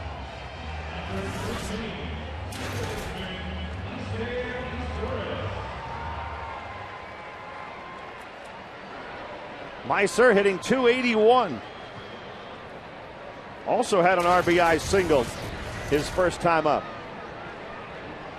The Angels scored 3 in the first, put up another 3 in the second and 2 more in the fourth.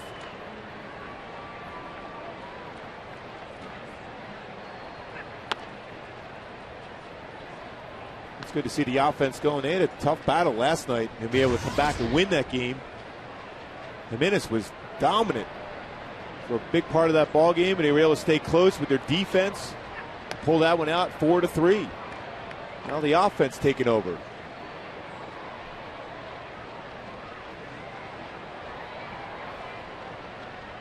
Two and one.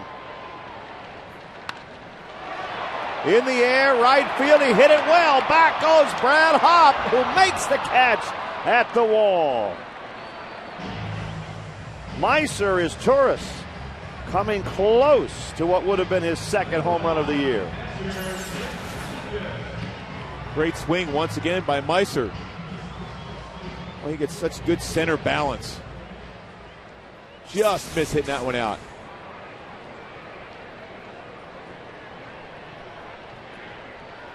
Two outs in the inning, and Jeff Mathis at the plate.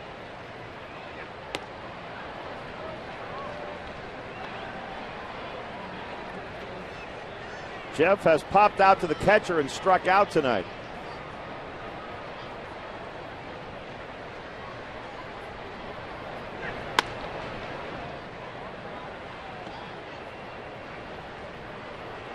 Two and 0 to the Angel catcher.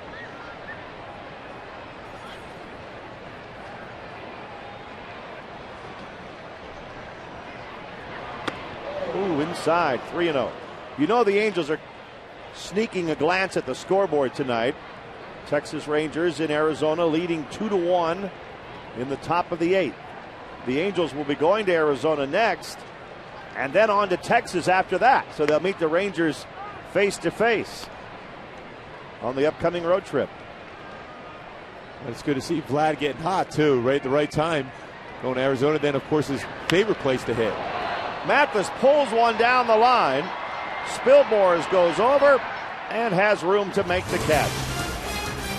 For the first time tonight, the Angels go down in order.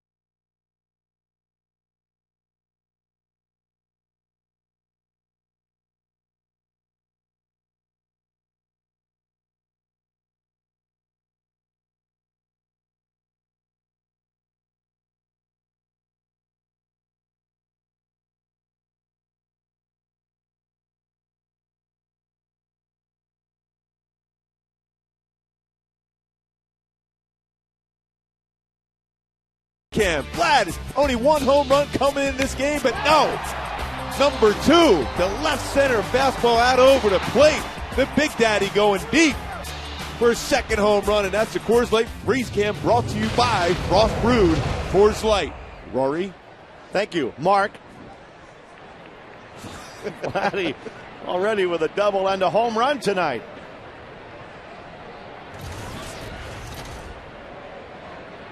Top of the 6th, top of the order for the Rockies. Dexter Fowler to lead off against Saunders. Lifts one to right field. Playable for Bobby Abreu. One pitch, one out. By the way, we would like to congratulate one of our own, Robin Lencheski. She is the crewing coordinator for the Angels on Fox Sports Net, and she'll be getting married this Sunday. We wish her the very best, obviously, both to her and her husband-to-be. She's a Philly girl, too, getting married.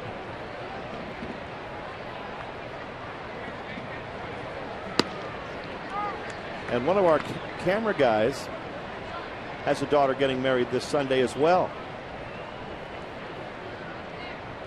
Congratulations. Dennis Shannon.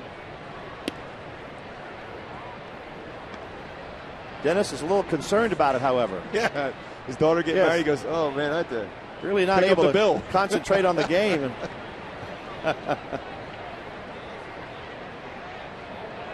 1-1 to Ryan Spilborz.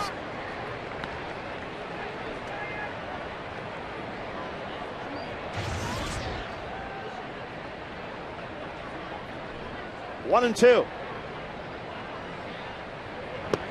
Down he goes. Oh, that's that combination we talked about, that sinking fastball, then back it up with a changeup. Perfect spot for Joe Saunders, who's been on a roll tonight. Getting ahead of the count. Great changeup. 6 strikeouts for Joe. Todd Helton at the plate.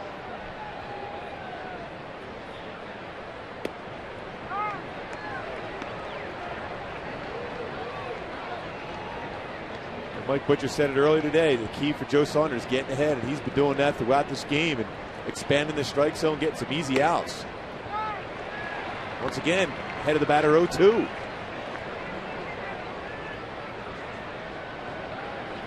That's what pitching's all about. Mike Butcher saying you get ahead, 0-1, 0-2, finish them off.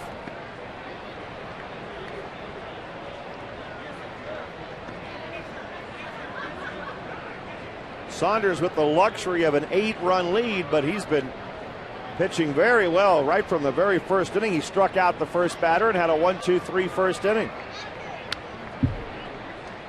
Almost got Helton right there. Shows you how good a hitter Todd Helton is. That's a perfect pitch by Joe Saunders, and he was able to foul that one off.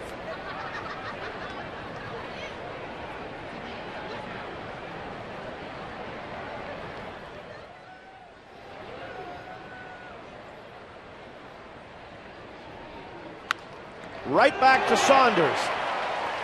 He sets the Rockies down in order again. Still 8-0 Angels.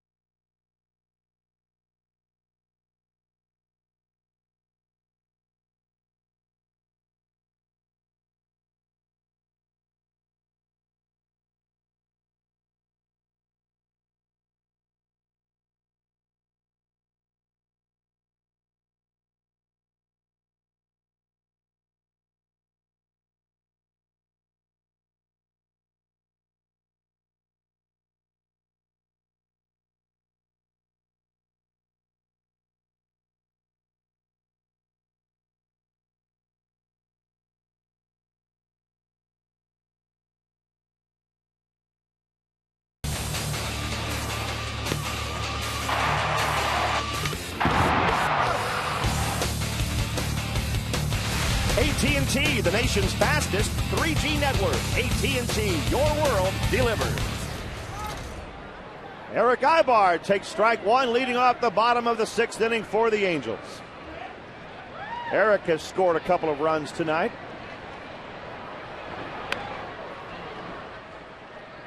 No balls, 2 strikes to Ibar. Ibar with a stolen base, one of 3 stolen bases by the Halos tonight. He had the big fly and also playing little ball with some stolen bases. With 8 runs scored tonight, Joe Saunders is flat out dealing. Little reminder behind home plate there that the All-Star game will be right here next season at the Big A. We've talked about Figgins, obviously hopeful of making the team, and he has to be picked by the manager. It appears he's not going to be voted in. Obviously, you as a pitcher had to be picked by the manager. So when you know there's a chance, how much do you start thinking about it? With a couple weeks to go before the All-Star game, you hear your name being mentioned. That one's pulled down the line, foul by Ibar. And then you're waiting for a call. You're looking for a different area code. Right. Pop it up on your phone thinking, oh, yeah, I don't know. I'm not familiar with that one. So you answer it right away. Yes, indeed, just in case. I mean, it's exciting. I mean, they get a chance to represent your organization and your league in an All-Star game. There's no better feeling in the world. Plus, you get opportunities to talk to those players on the bench, the guys that you face all the time, and all of a sudden you can talk to them about what they look for against you as a pitcher. And also you get to talk to pitchers down in the bullpen or other starters. It's a lot of fun. Has to be exciting to be around all these guys that you've opposed for most of your career. Now all of a sudden you're in the same dugout. And also, and all the Hall of Famers they bring in. I remember my first one that Willie Mays was in there, Hank Aaron, Jim Palmer. I couldn't even breathe. It makes it interesting, too. I remember when Mike Scioscia managed the All-Star game, and Blaylock hit the game-winning home run. Scioscia's been trying to get Blaylock out ever since he joined the Rangers. And now all of a sudden, there they are high-fiving each other. It is. It's one of those things, when you're a position player or a pitcher, you face these guys, you want to keep that anger about facing, and all of a sudden they're your teammates and your friends for that particular night. 2 balls and 2 strikes to Ibar. That was a shot. I've got some guys moving around over there. Torrey Hunter trying to make sure everybody's all right.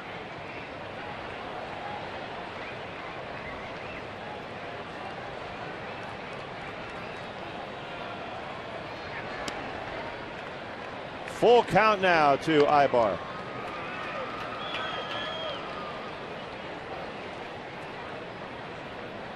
Well, it's less than a month until that All-Star game this year, and of course a little over a year until the All-Star game next year here at the Big A. Ibar grounds another one foul, and he's about to see his 10th pitch in this at-bat. Well, if you're Joe Madden and you're trying to win home field advantage for the American League, you got to pick Sean Figgins. Of course, Torrey Hunter, who has still a real good chance of being voted in, and in my opinion, Jared Weaver belongs in there also.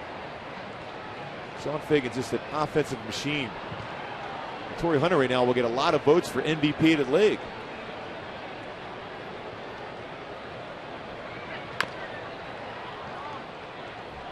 Ibar still up there.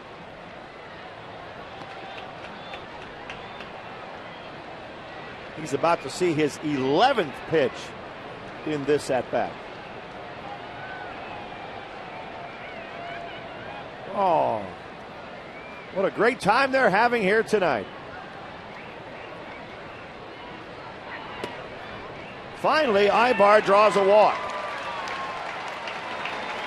We've been chatting about the All-Star game, and the biggest stars in baseball will go head-to-head for that one spectacular night in the summer's biggest event, as Fox brings you every thrilling moment of the 2009 MLB All-Star Game. Coverage begins Tuesday, July 14th from St. Louis, 8 o'clock Eastern, 5 o'clock Pacific, only on Fox. It's a great baseball town, too, St. Louis. Followed up with another great baseball town in Anaheim here. It should be a blast next 2 years of the All-Star game. Figgins is at the plate for the Angels. I'm certain that he's aware that his name is being kicked around as a possible All-Star player this year. That'll be up to Joe Madden. Figgy strengthens his case just a little bit more. Another base hit.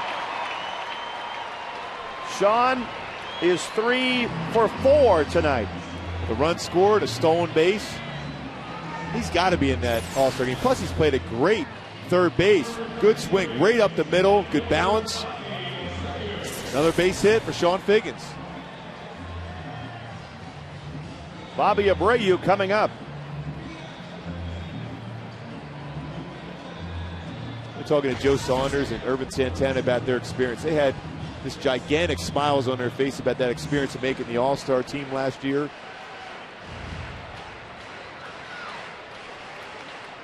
Irvin this year would like to just stay healthy enough to take a regular turn in the rotation. It hasn't worked out yet.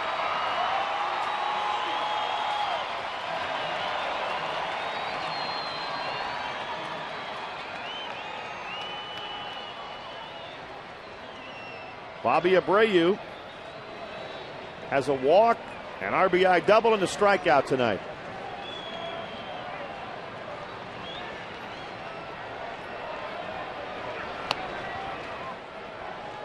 Juan Rincon has gotten up in the Colorado bullpen.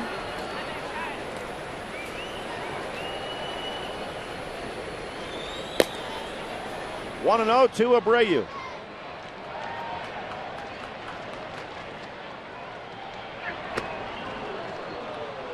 One and 1. Well, Colorado coming into this series against the Angels were 16-1 last 17 games. Now, this lead holds up for the Angels. They have lost the series. The first time in a long time under Jim Tracy. Plus, they go up to Oakland after that. Then they come back down to L.A. to take on the Dodgers. They are overall under Tracy 19-6. So Jim's done a great job here with the Rockies. And he's brought them back to where they can actually feel like they're in contention. That big series with the Dodgers coming up for them. They've struggled against the Dodgers this year, going 1-8 in 9 games. The Dodgers were outscored by the White Sox today, 10-7 in Chicago. And they're in the 9th inning in Phoenix. It's still Rangers 2, Diamondbacks 1.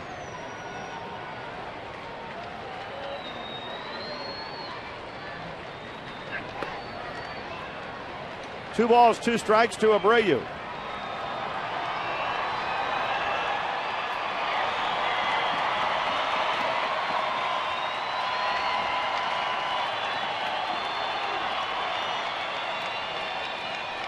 Two on, nobody out.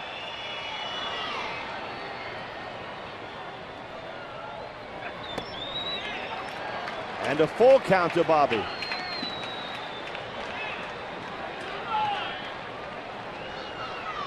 And that's a phrase you can hear quite a bit when Bobby Abreu is at the plate. Full count. 3 You're balls. Right. Yep, you're right. Sees a lot of pitches.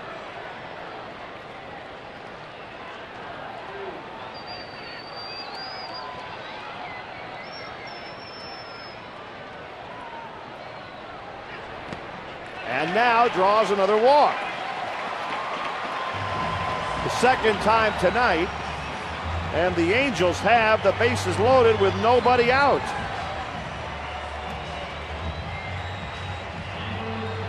Torrey Hunter coming to the plate.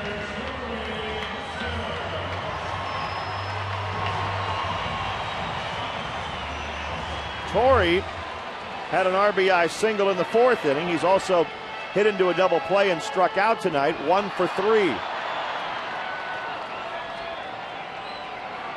A spot here for Torrey to get a few more RBIs. 10 career grand slams.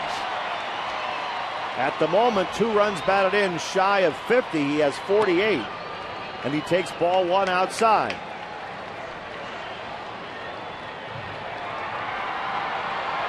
Josh Fogg in relief of Jason Marquis, who was knocked out in the 4th inning tonight.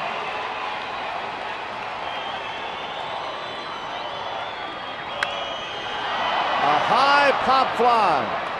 Fowler coming in to field it. And running through the stop sign and scoring from third is Eric Ibar.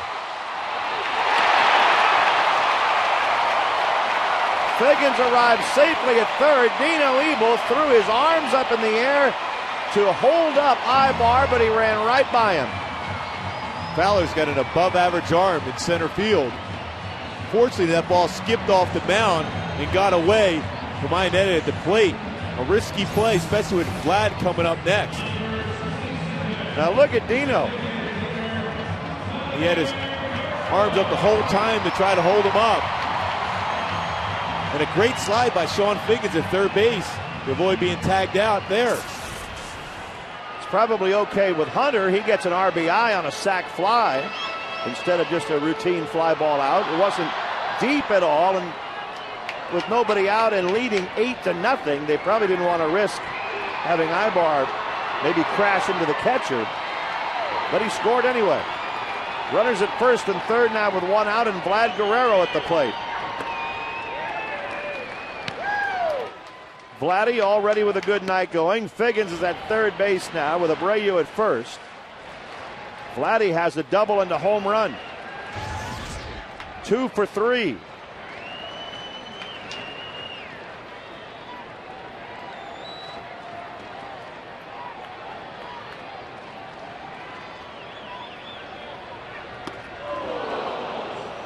The crowd. Oh, I think he's loose.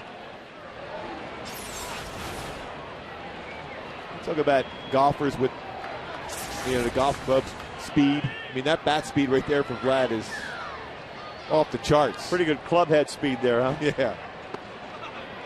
2-1 to Vladdy. That sounded good. The result good. was there. Yep.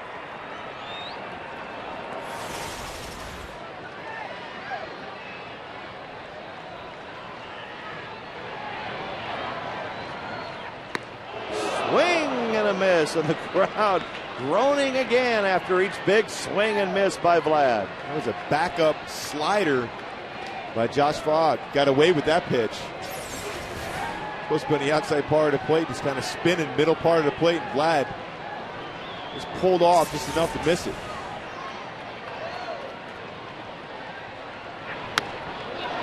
To shortstop, Tulowitzki gets one at second.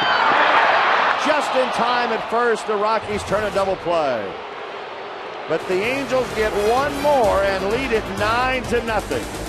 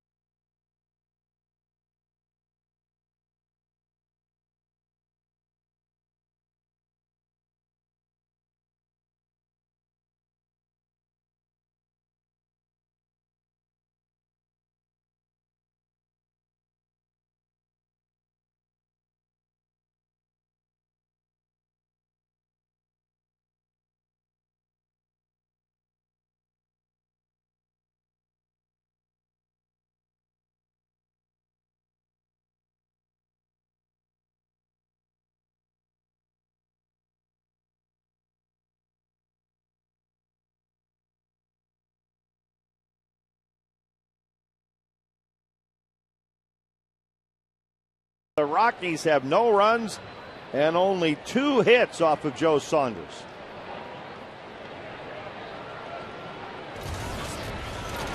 Garrett Atkins takes ball 1. He had a single his first time up, grounded out last time.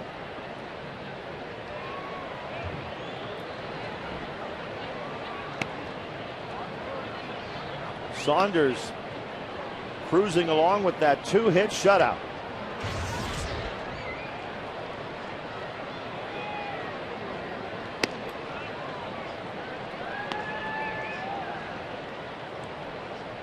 Bottom of the ninth inning now. Texas still leading Arizona.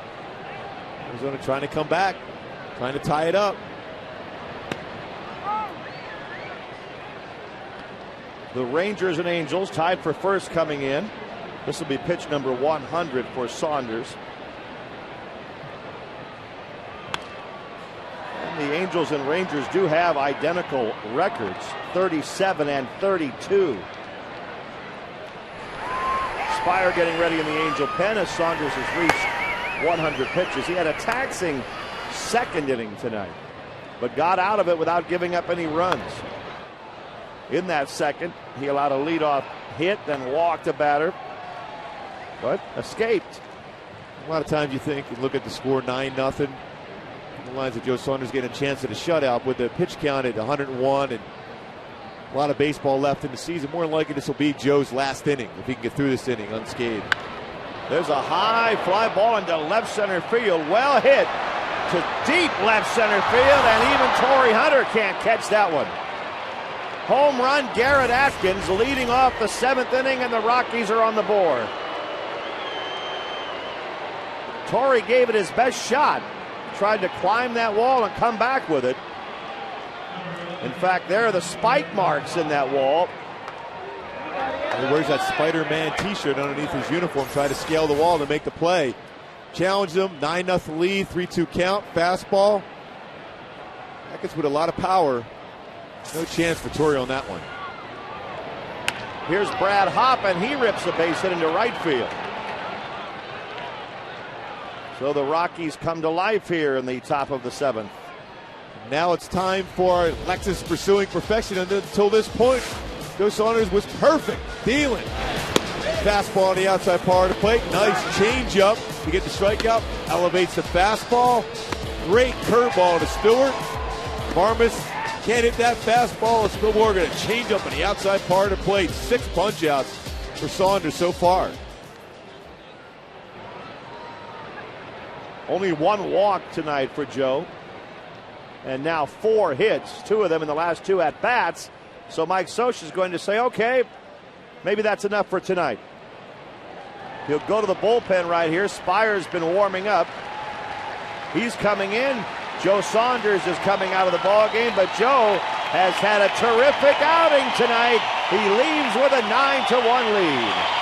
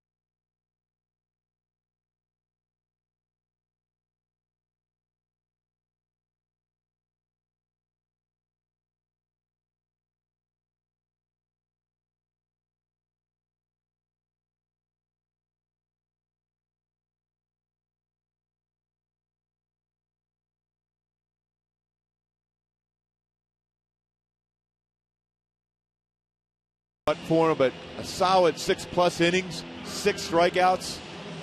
Gave him exactly what he wanted against a red-hot Rocky team.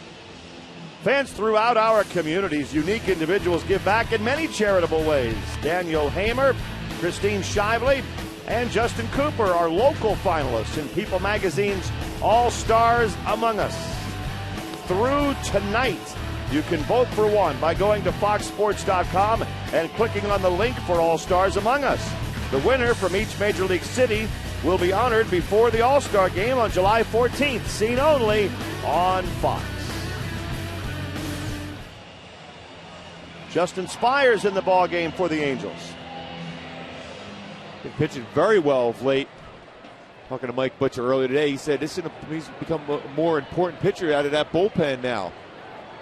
Well, no doubt. With Escobar's future right now up in the air, the Angels saying Kelvim is out indefinitely, but not saying that means for the rest of the year.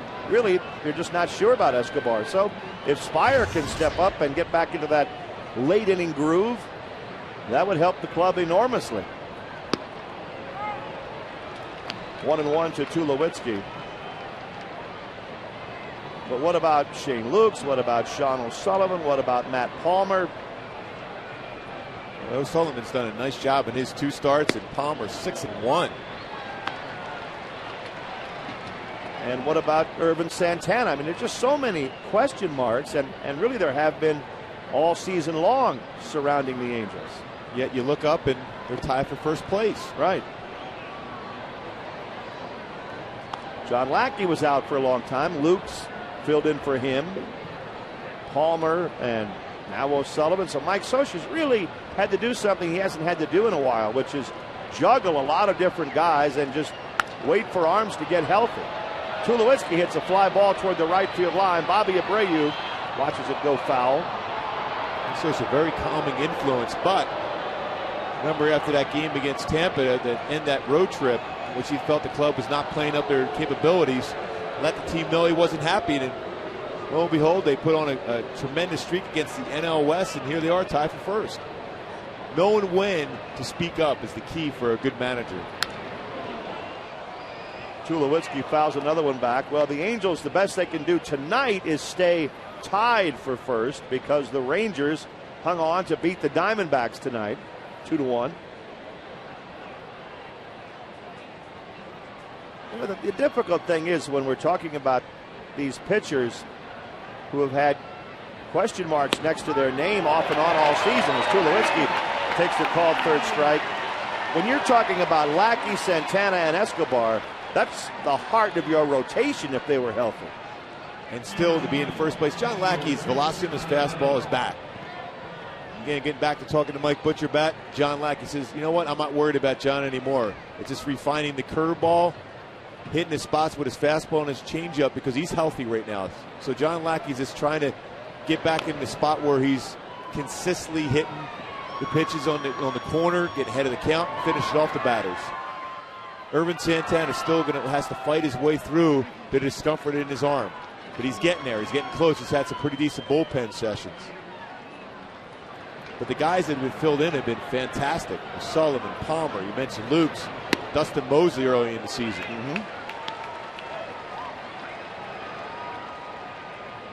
Chris Iannetta up there for the Rockies.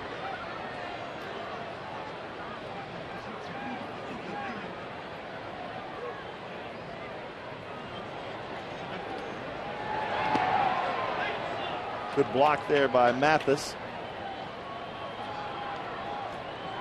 And Bolger, several times this year, has shown what he can do on the major league level. Jason Bolger, when you look at the actual stuff he takes to the mound, he has closer type stuff. He can throw 95 with a great curveball. There's a changeup and a slider also, but you only really need 2 pitches, sometimes 3 out of that spot. Called third strike, gets Iannetta back-to-back called third strikes for Spire. All right, great pitch. Another slider on the outside part of the plate. Hits the corner. I think with Justin Spire, he's been throwing so well of late. ERA coming in 1.80. Well, there's another guy who obviously Mike Scioscia's getting more and more comfortable with putting him back again in that late inning role. Ian Stewart at the plate.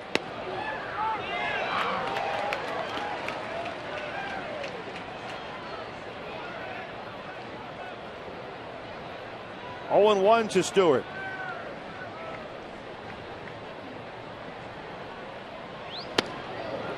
or 2007, Justin Spire was automatic in that 7th inning, and Scott Shields the 8th, and Frankie in the 9th. And then when Scott Shields struggled a bit in the second half of 07, he fell into that 8th inning role and did a nice job too for the Angels. And that's another guy, Scotty Shields, who pitched a lot this year, trying to pitch through some pain and eventually had to just shut it down. There's no question mark next to Scotty's name anymore this year. He's not going to pitch this season.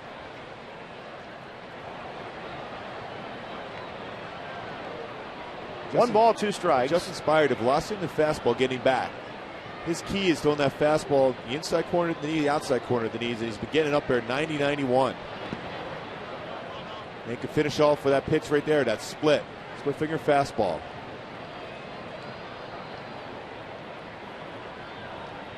Two balls, 2 strikes to Ian Stewart.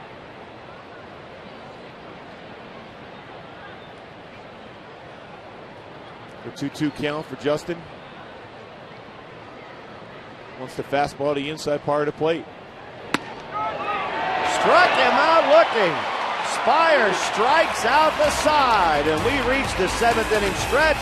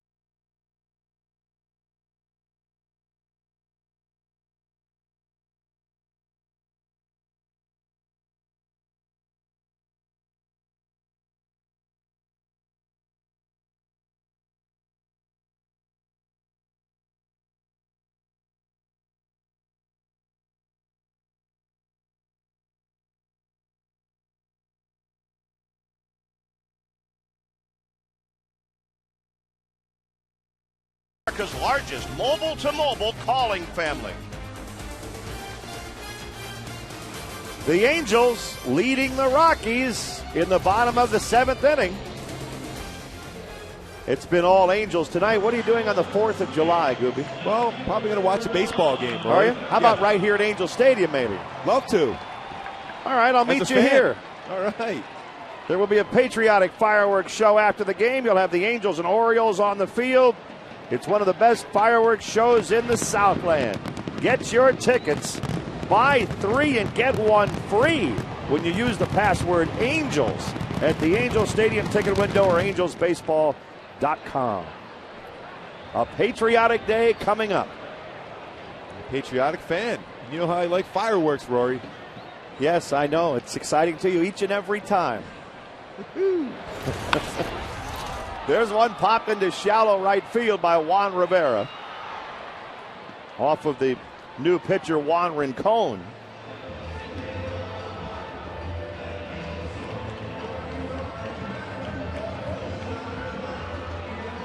Rincon, the third pitcher in the ballgame for the Rockies tonight. And with one out, Kendry Morales up there. That's getting close to sleepy time. He's feeling pretty comfortable with the Halos up 9-1 right now.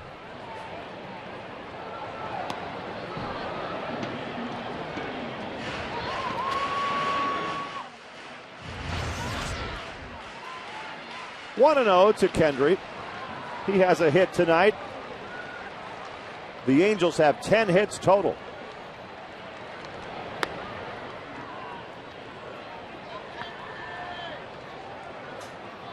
2 balls, no strikes.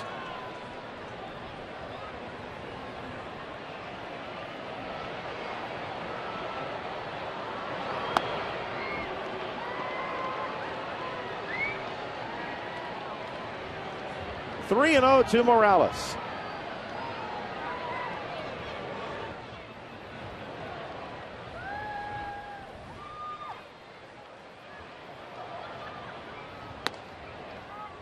Three and 1.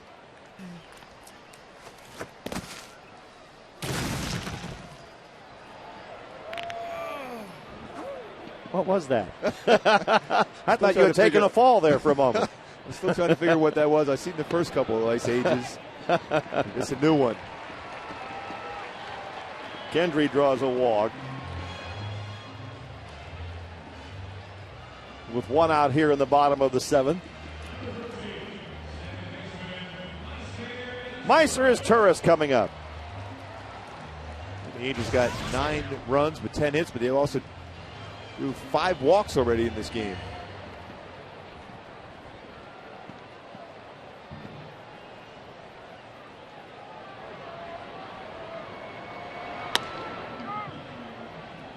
His Turris has a hit tonight. He's really had a great series defensively. I hate to let that go unmentioned just because of how important defense is and the plays he has made. And now he has another hit, maybe? No, Fowler robs his Turris on that ball into the gap. Well, Meiser's robbed a few in this series. Now Fowler gets him. Boy, Fowler has incredible speed out there, doesn't he? Well, and he plays a shallow center field. With that speed and athleticism, he's able to cover a lot of ground. Get back to Meiser's story. Without his defense last night, they don't win that game. You're right. So sometimes you look at box score, you think of hits, home runs, and what a pitcher did. But really, it came down that it was the defense by Meiser in the club and Jeff Mathis' effort behind the plate. That's how they won that game last night. Mathis pops one up foul. So one of the 43,551 here tonight gets a souvenir on the foul ball.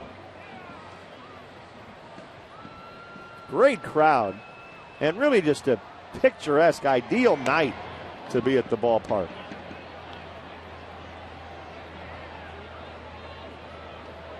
Perfect temperature and a great game for Angel fans to watch. She has some very important things to tell her brother, I assume that would be. No doubt. Yep. Say, the Angels got a chance to win this series against the Rockies. Can you believe that? The Rockies were 16-1 coming into this series.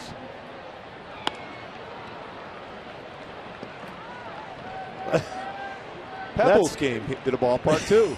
Pebbles is here. Yep. Get that hair ready to go, and we're all set. 3-1 to Jeff Mathis. He pops one up, foul territory, left field side. And out of play, off the hands of one of the fans down there.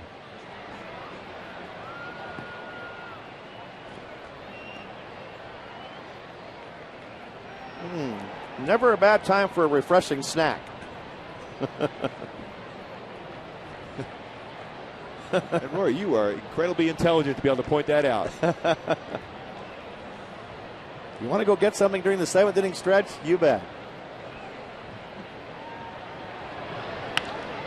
Pop fly behind first base. And that ends the inning. The Angels are gone in the 7th, but they lead 9-1.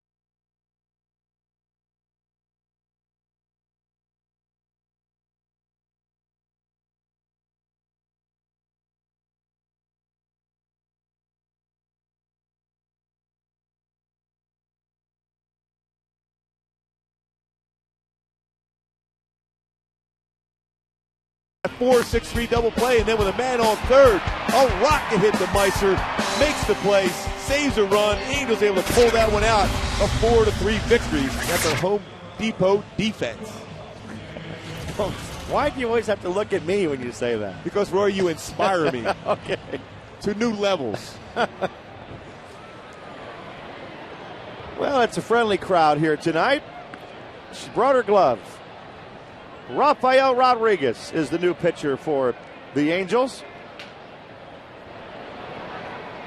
Rafael making his 11th appearance of the season. Spire did a tremendous job getting 3 consecutive called third strikes in the 7th inning. Clint Barmas leads off the 8th.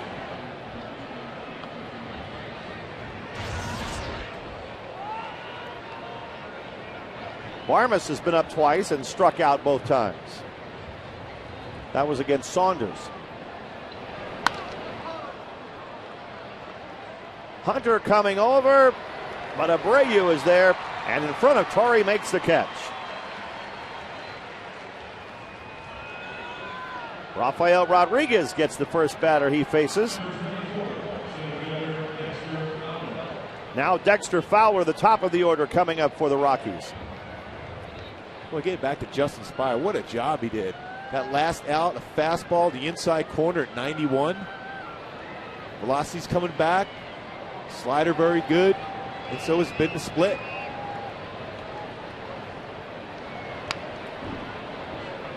For a pitcher, nothing like 3 straight called third strikes, huh? You see that too often. That means your stuff is pretty good and you're hitting your spots.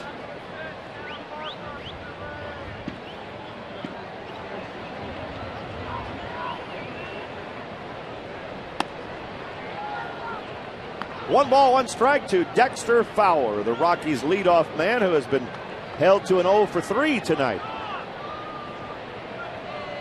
The Rockies have won 5 straight series. But unless they come up with a miraculous rally tonight, that will end here at the Big A.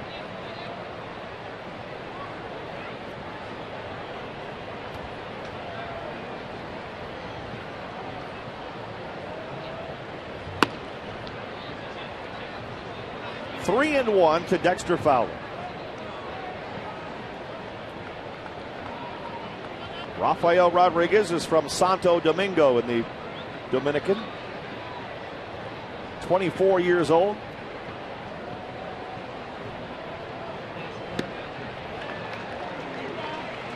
Three and 2.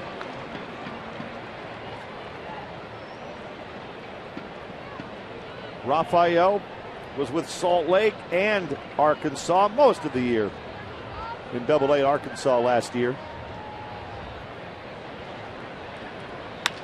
Line drive base hit for Fowler down the line. He has great speed. He's already at second and he's heading to third. The relay by his tourist will not get him and it gets away from Figgins. Here comes Fowler to score. Or that the afterburner he had when he turned around second base to third base in a flash. Quick. Boy, he can really move, Dexter Fowler. That's not an inside the park home run. There will be an error charge there, but it is a run, and it's 9-2. Fastball that was up and middle in, and Fowler got to get around and all of a sudden turned it on. And he was at third base quickly and scores when the ball got away. It's ruled a triple, and they charge an error to his Turris on the throw.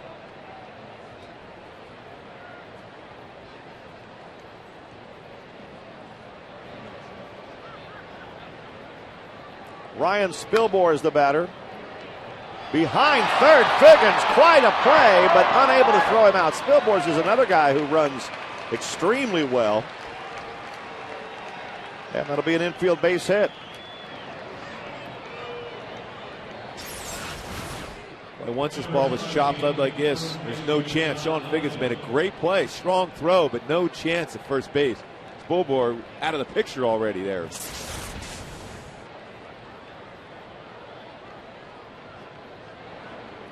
1 out, 1 on, and Todd Helton at the plate. 0-1 to Todd Helton.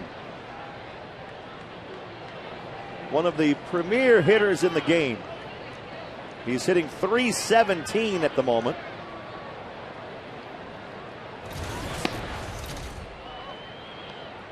One and one. Helton has driven in 49 runs. He has 9 home runs. But he's 0 for 3 tonight.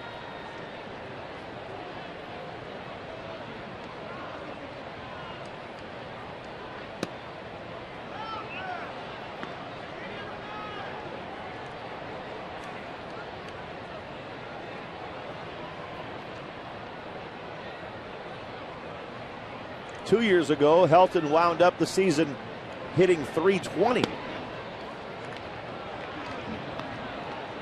He's been with the Rockies his entire major league career, breaking in 1997.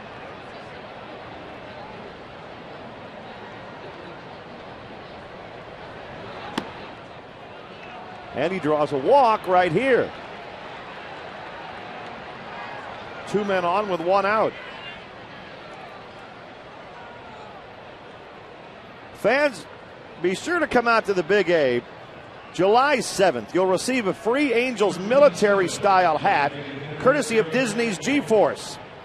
The green hat has a distressed bill with Angel lettering across the front. The Angels will be playing the Texas Rangers that night, so you know it's a big game.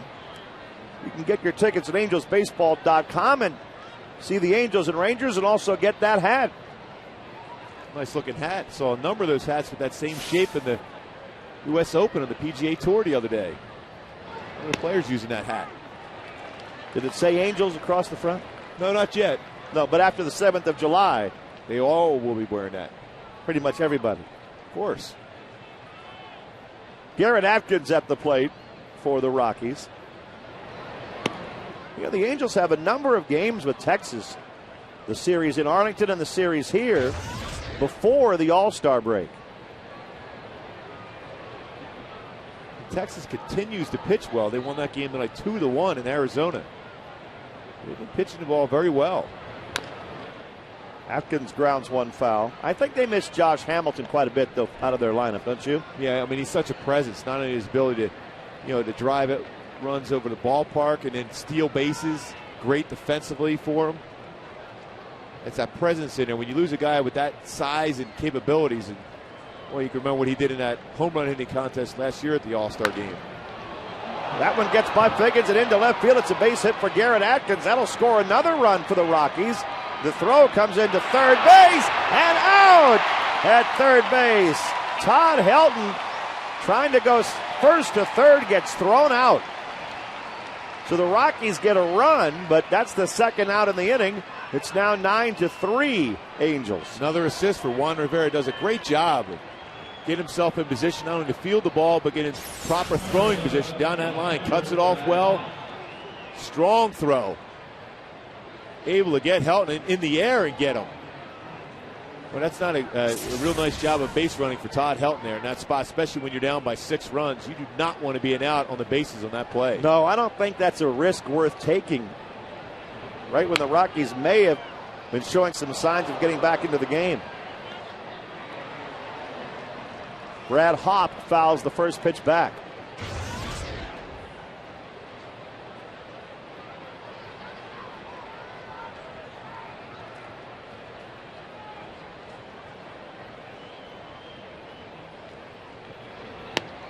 You know, the Angels have had so many road games during the month of June. And they're going to finish up the month on the road after tonight, playing in Arizona and Texas. But in July, the Orioles, the Rangers, the Yankees, the Twins, and the Indians all come to the Big A. And there's another base hit for the Rockies. We may have a play at the plate as Abreu's throw comes in on the fly, and another out on the bases. Abreu throws out. Garrett Atkins trying to score from second. And the Angel defense once again doing the job. Boy, in the air on that throw. Nice job, too, by Mathis, blocking the plate and applying the tag.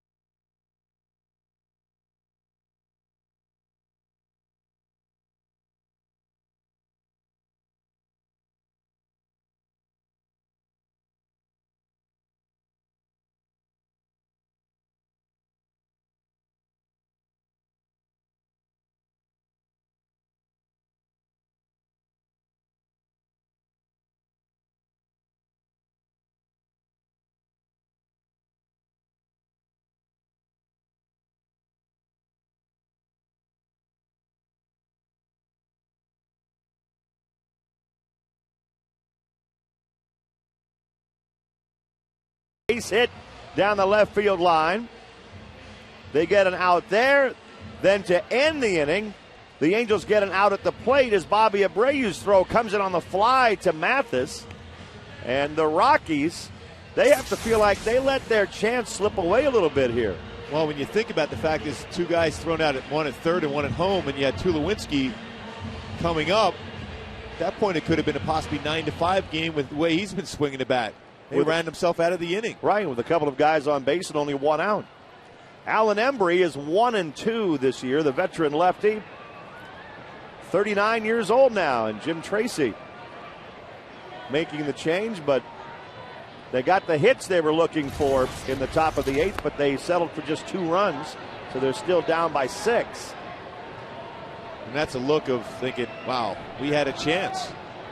We had many opportunities to come back in a 9-1 game, especially against a team like the Angels, but they ran themselves out of the inning unnecessarily.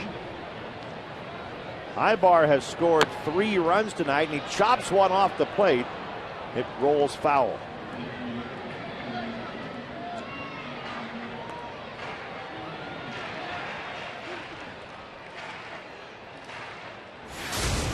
Juan Rivera, nice job. Fields it, throws this laser in the air. Sean Figgins applies the tag. Now Bobby Abreu got himself in position to make a strong throw in the air. And a nice tag by Jeff Mathis as Atkins tries to slide around and get the back part of the plate. And Juan now back in the dugout, but once again, defense helping the Angels possibly win a ball game.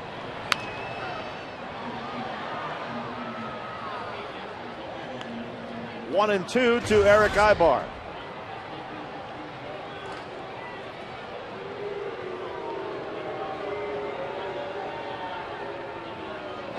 Alan Embry, 39 years old. He has more major league service time than anybody else on the Rockies roster. And he strikes out Eric Ibar, so there's something left in that valuable left arm of his.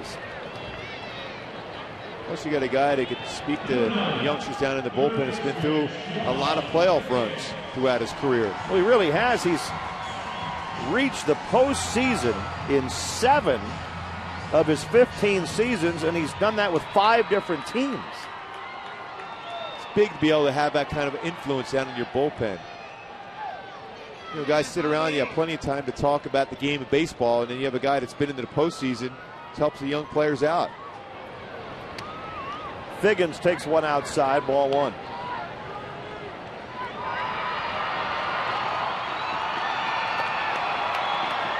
Embry is in the top 35 as far as pitchers, all-time most appearances. 2-0 to Sean Figgins. This year he passed Elroy Face up into 32nd all-time.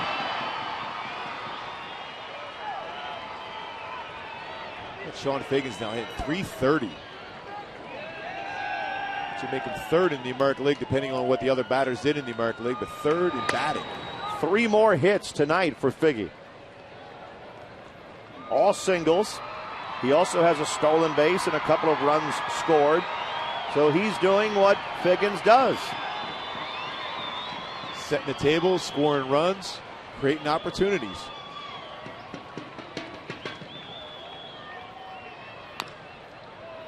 Two and two to Sean as he fouls that one into the Angel dugout.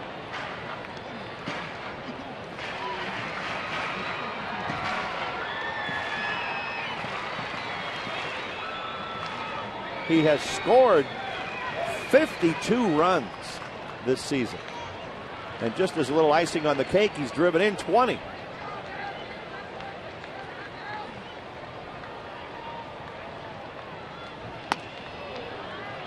Three and two. And his on base percentage amongst the leaders in the American League also. Stolen bases. A great season.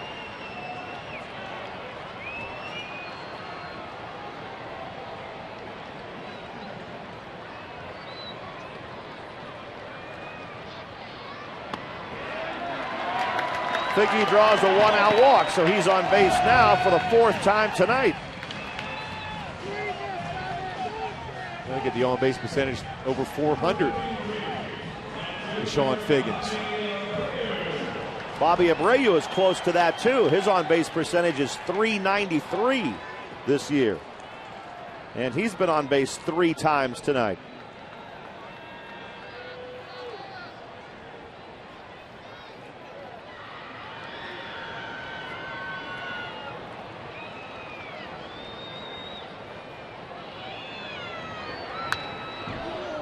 Bobby fouls one back to the screen.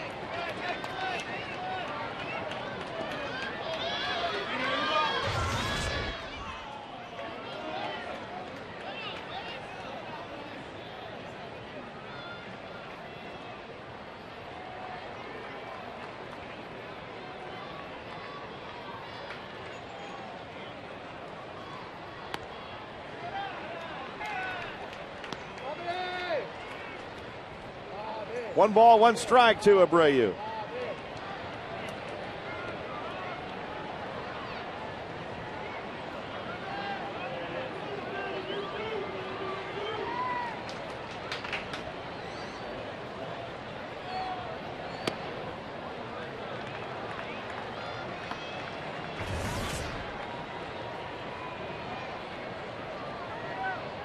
Angels live coming up after the ball game.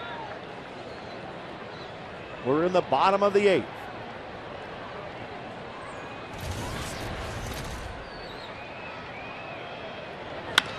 There's a drive into right field and deep by Bobby Abreu.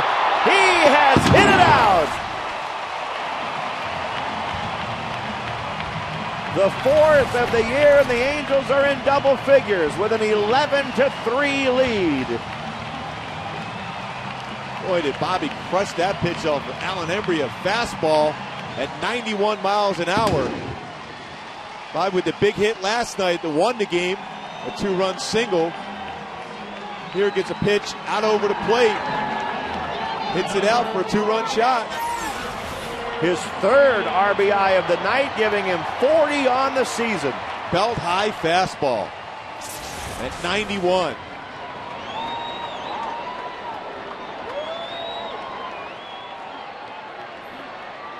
Figgins and Abreu have been on base a combined 8 times tonight. Those are the top 2 guys in your batting order. Torrey Hunter up there now. The Angels have 11 runs and 11 hits. On the ground sharply to Barmes. 2 down. And before the night ends, one more at-bat coming up from Vladdy Guerrero. He's had a great game, a double and a home run. And Tracy's not going to let Allen Embry face him. No, to the Tracy, bullpen. yeah, he's going to make a pitching change here.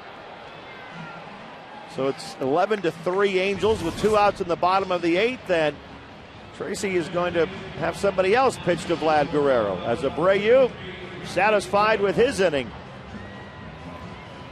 We'll be back to Anaheim in just a moment.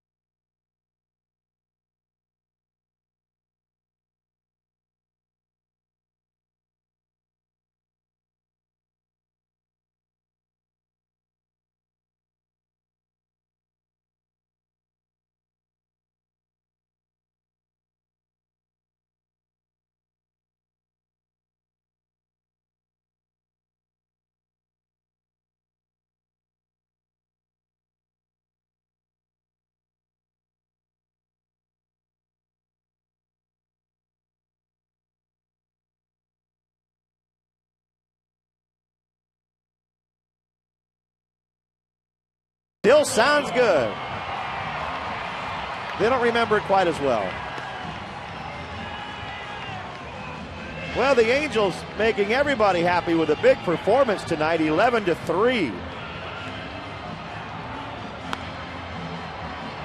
Left-hander Randy Flores takes over now. He'll pitch to Vlad Guerrero. You know, we talked obviously recently about the Lakers and the Lakers parade, and well, we get word tonight that it's official. Shaq's been traded to the Cleveland Cavaliers. Shaq and LeBron.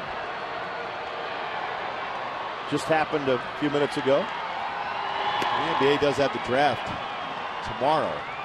Clippers with the #1 overall pick. Vladdy's had a big night already tonight. First 2 times up, he had an RBI double and then hit a 2-run home run.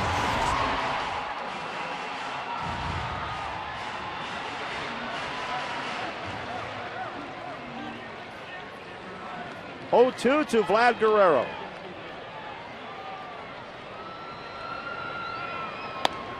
Fastball too high. Where it's not overpowering. We'll try to get Vlad out with the off-speed pitch, the slow curveball. 11 runs tonight, tying the Angels' season high as Vlad hits one hard but foul. The Angels scored 11 against the Padres. Vladdy looking for 6 more to get to 400. Has some pretty big names. Dale Murphy, Joe Carter, who had that unbelievable home run against the Phillies to win the World Series. He's a member of the Blue Jays.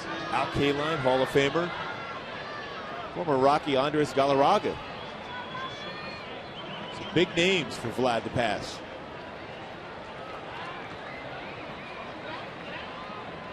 Two balls, 2 strikes to Guerrero. And there's a fly ball into shallow right field. And a nice play made by Brad Hopp in right. We go to the 9th inning. It's all Angels tonight.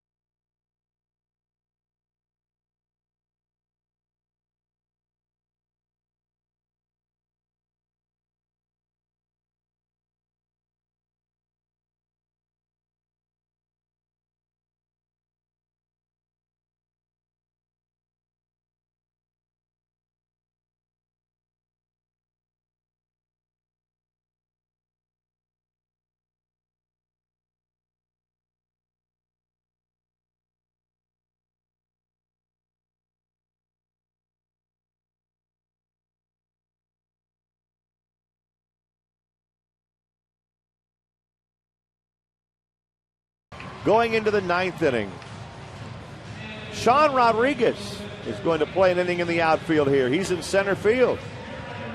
Meanwhile, in left field, it's Rob Quinlan. New pitcher for the 9th inning, Darren Oliver for the Angels. Career best ERA last year, 2.88. Did a nice job last night. It's a valuable part. We talk about Alan Embry and his ability to talk to the young guys down in the bullpen. Same thing with Darren Oliver. Been around for a long time. Omar Quintanilla getting his first at-bat for the Rockies here.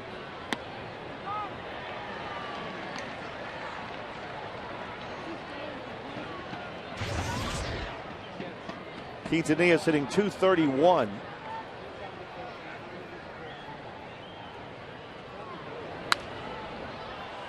And he slaps one foul, strike two.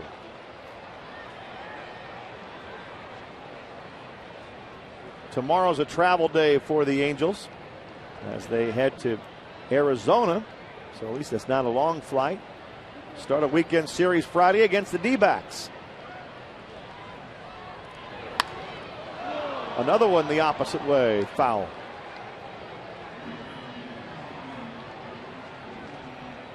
The Angels miss Danny Herron too with the D-backs too, so that's kind of a break.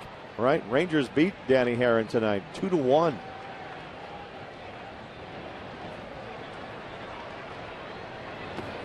Quintanilla goes down swinging at a breaking ball in the dirt. One out in the 9th. This looks like Brandon Webb might not be pitching at all this year for the D-backs too. 20-game winner last year, so D-backs struggling. Get healthy themselves. Good opportunity to be able to finish off the interleague play for the Angels. And the Diamondbacks are in the cellar in the NL West right now. And having lost to Texas tonight, they're 5-6 in interleague play this year. Striking to Chris Iannetta. But Arizona is just 30-42 this year. They're 9 games under 500 at home. So maybe the Angels can finish off the interleague schedule with a bang in Phoenix. And the Angels, if they can hold on to this lead, will be 11th victory in interleague play, the most in baseball. 1-2 to Iannetta.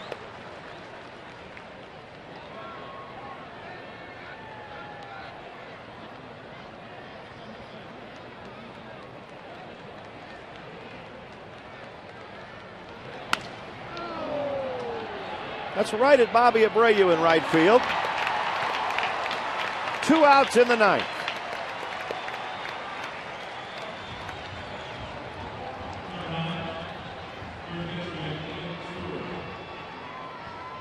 Ian Stewart stepping in for the Rockies with 2 outs in the ninth.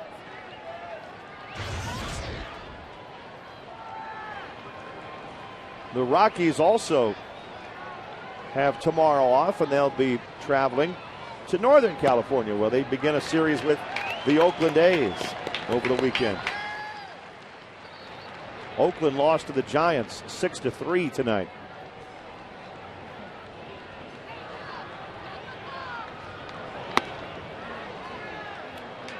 One and one to Ian Stewart.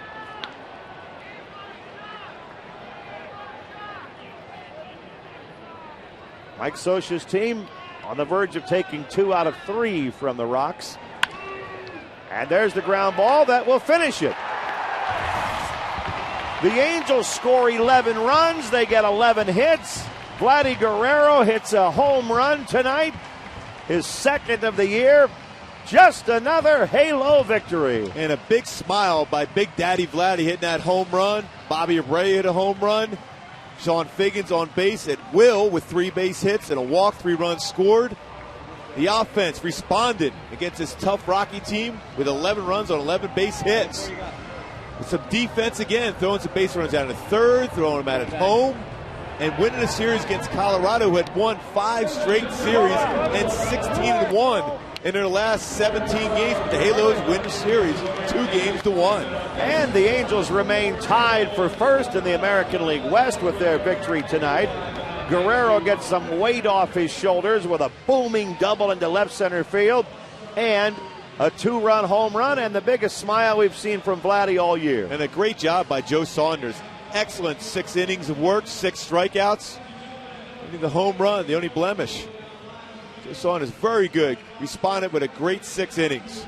Angels with a huge victory. Last night's victory came from behind. This one from the get-go. 3 in the first, 3 in the second, and then they just waltzed their way through for the victory. And for Joe Saunders, win number 8 on the season. Once again, the final score, the Angels 11, the Rockies 3. Angels Live, presented by your Southern California Hyundai dealers, starts right now. Let's go to Jose Mota. Thanks a lot, Roy.